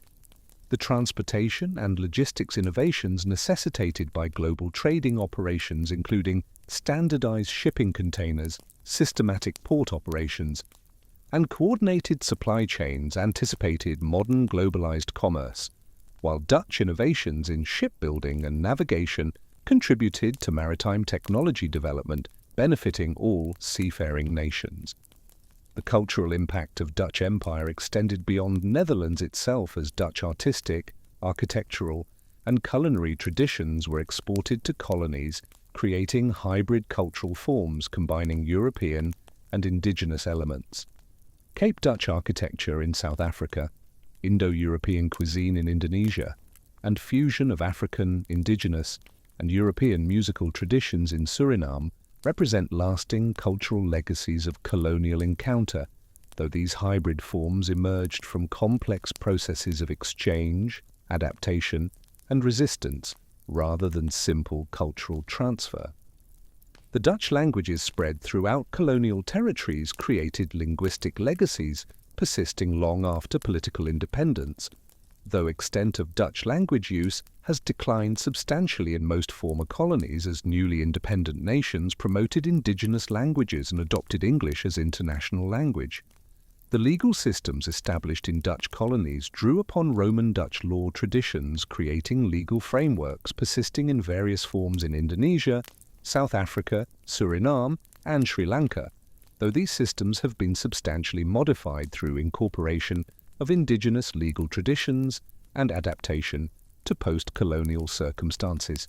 The philosophical and political ideas developed in Dutch Republic during Golden Age, including religious tolerance, republican government, and commercial freedom, influenced Enlightenment thinkers throughout Europe, while Dutch innovations in banking, trade, and corporate organization provided practical models for commercial development adopted by other European powers. The decline and fall of Dutch Empire occurred gradually over more than 2 centuries, as changing global power relationships, rising costs of colonial administration, and growing resistance from colonized peoples made continuation of imperial control increasingly difficult and ultimately impossible. The relative peacefulness of Dutch decolonization, particularly compared to French and Portuguese colonial wars, reflected both pragmatic Dutch recognition of changing circumstances and effective pressure from international community through United Nations, though this peaceful transition shouldn't obscure violence and oppression characterizing colonial rule itself or conflicts occurring during transition to independence. The speed of decolonization in mid-20th century surprised many observers as European colonial empires that had seemed permanent fixtures of international order collapsed within span of few decades, demonstrating that even most entrenched power structures prove vulnerable when underlying political, economic, and social conditions shift sufficiently. The post-colonial period has been characterized by ongoing evolution of relationships between Netherlands and former colonies, as initial patterns of continued dependency and informal influence have gradually given way to more equal partnerships, though economic disparities and historical legacies continue shaping these relationships. The Netherlands' current position as prosperous, stable, middle-sized European nation integrated into European Union and NATO represents successful adaptation to loss of empire, though this success was built partly upon wealth accumulated during colonial period, and shouldn't be seen as inevitable outcome given challenges many other former colonial powers have faced in post-imperial period. The lessons of Dutch imperial history remain relevant for understanding contemporary global politics and economics, as patterns established during colonial era, including economic inequality between former colonial powers and colonized territories, migration flows from former colonies to former imperial centers, and ongoing influence of colonial legal and administrative systems continue shaping world politics. The question of how societies should remember and represent their imperial pasts remains contentious, as seen in ongoing debates in Netherlands and other former colonial powers about museums, monuments, and educational curricula, with some advocating for more critical engagement with colonial history, while others resist what they perceive as excessive focus on historical grievances. The recognition that colonial history cannot be neatly separated from other aspects of national history, as colonial wealth funded cultural achievements, colonial administration provided training ground for politicians and administrators, and colonial trade shaped economic development, means that understanding Dutch history requires grappling with empire's complex legacy rather than treating it as separate chapter that can be closed and forgotten. The story of the Dutch Empire represents one of history's most remarkable transformations, from a collection of rebellious provinces fighting for independence to a global maritime power controlling territories spanning 4 continents, and finally to a modern European nation-state coming to terms with its imperial legacy. The journey encompassed nearly 6 centuries, witnessing profound changes in political organization, economic systems, technological capabilities, and moral consciousness that reshaped not only Netherlands but the entire world. The innovations pioneered by Dutch merchants and administrators, joint stock companies, stock markets, actuarial science, systematic data collection, professional bureaucracies, became foundational elements of modern capitalism and continue influencing how global economy functions today. The cultural achievements of Dutch Golden Age, the paintings of Rembrandt and Vermeer, the philosophy of Spinoza, the scientific discoveries of Huygens and van Leeuwenhoek were funded by colonial wealth, yet represented genuine contributions to human knowledge and artistic expression, creating enduring cultural legacy, transcending their problematic origins. The human cost of Dutch imperial expansion, millions of Africans enslaved and transported to American plantations, Indonesian peasants subjected to forced labor under culture system, indigenous populations displaced and decimated throughout colonial territories, represents moral debt that cannot be fully repaid though acknowledgement and material reparations remain ongoing obligations. The transformation of Netherlands from imperial power to modern nation-state demonstrates both possibilities and limitations of historical reckoning, as Dutch society continues grappling with how to acknowledge colonial atrocities while celebrating genuine achievements and maintaining national identity. The multicultural character of contemporary Netherlands, enriched by immigration from former colonies, represents unexpected positive outcome of imperial history, creating opportunities for cultural exchange and understanding, though integration challenges and persistence of racial inequality demonstrate that colonial legacies cannot be easily overcome. The end of Dutch Empire marked not merely conclusion of particular historical episode, but completion of global transformation that saw European colonial empires controlling much of world's surface gradually replaced by system of independent nation-states, though economic inequalities and power imbalances established during colonial period persist, shaping contemporary global politics. The lessons of Dutch imperial history remain relevant for understanding current challenges, including global economic inequality, migration and multiculturalism, corporate power and accountability, and how societies remember and reckon with difficult pasts. The remarkable thing about Dutch Empire wasn't its size. Other European powers controlled more territory and governed more people. Rather, it was how small nation, through innovation, determination, and ruthless efficiency, created global commercial network and colonial empire, far exceeding what its population and resources would seemingly have allowed.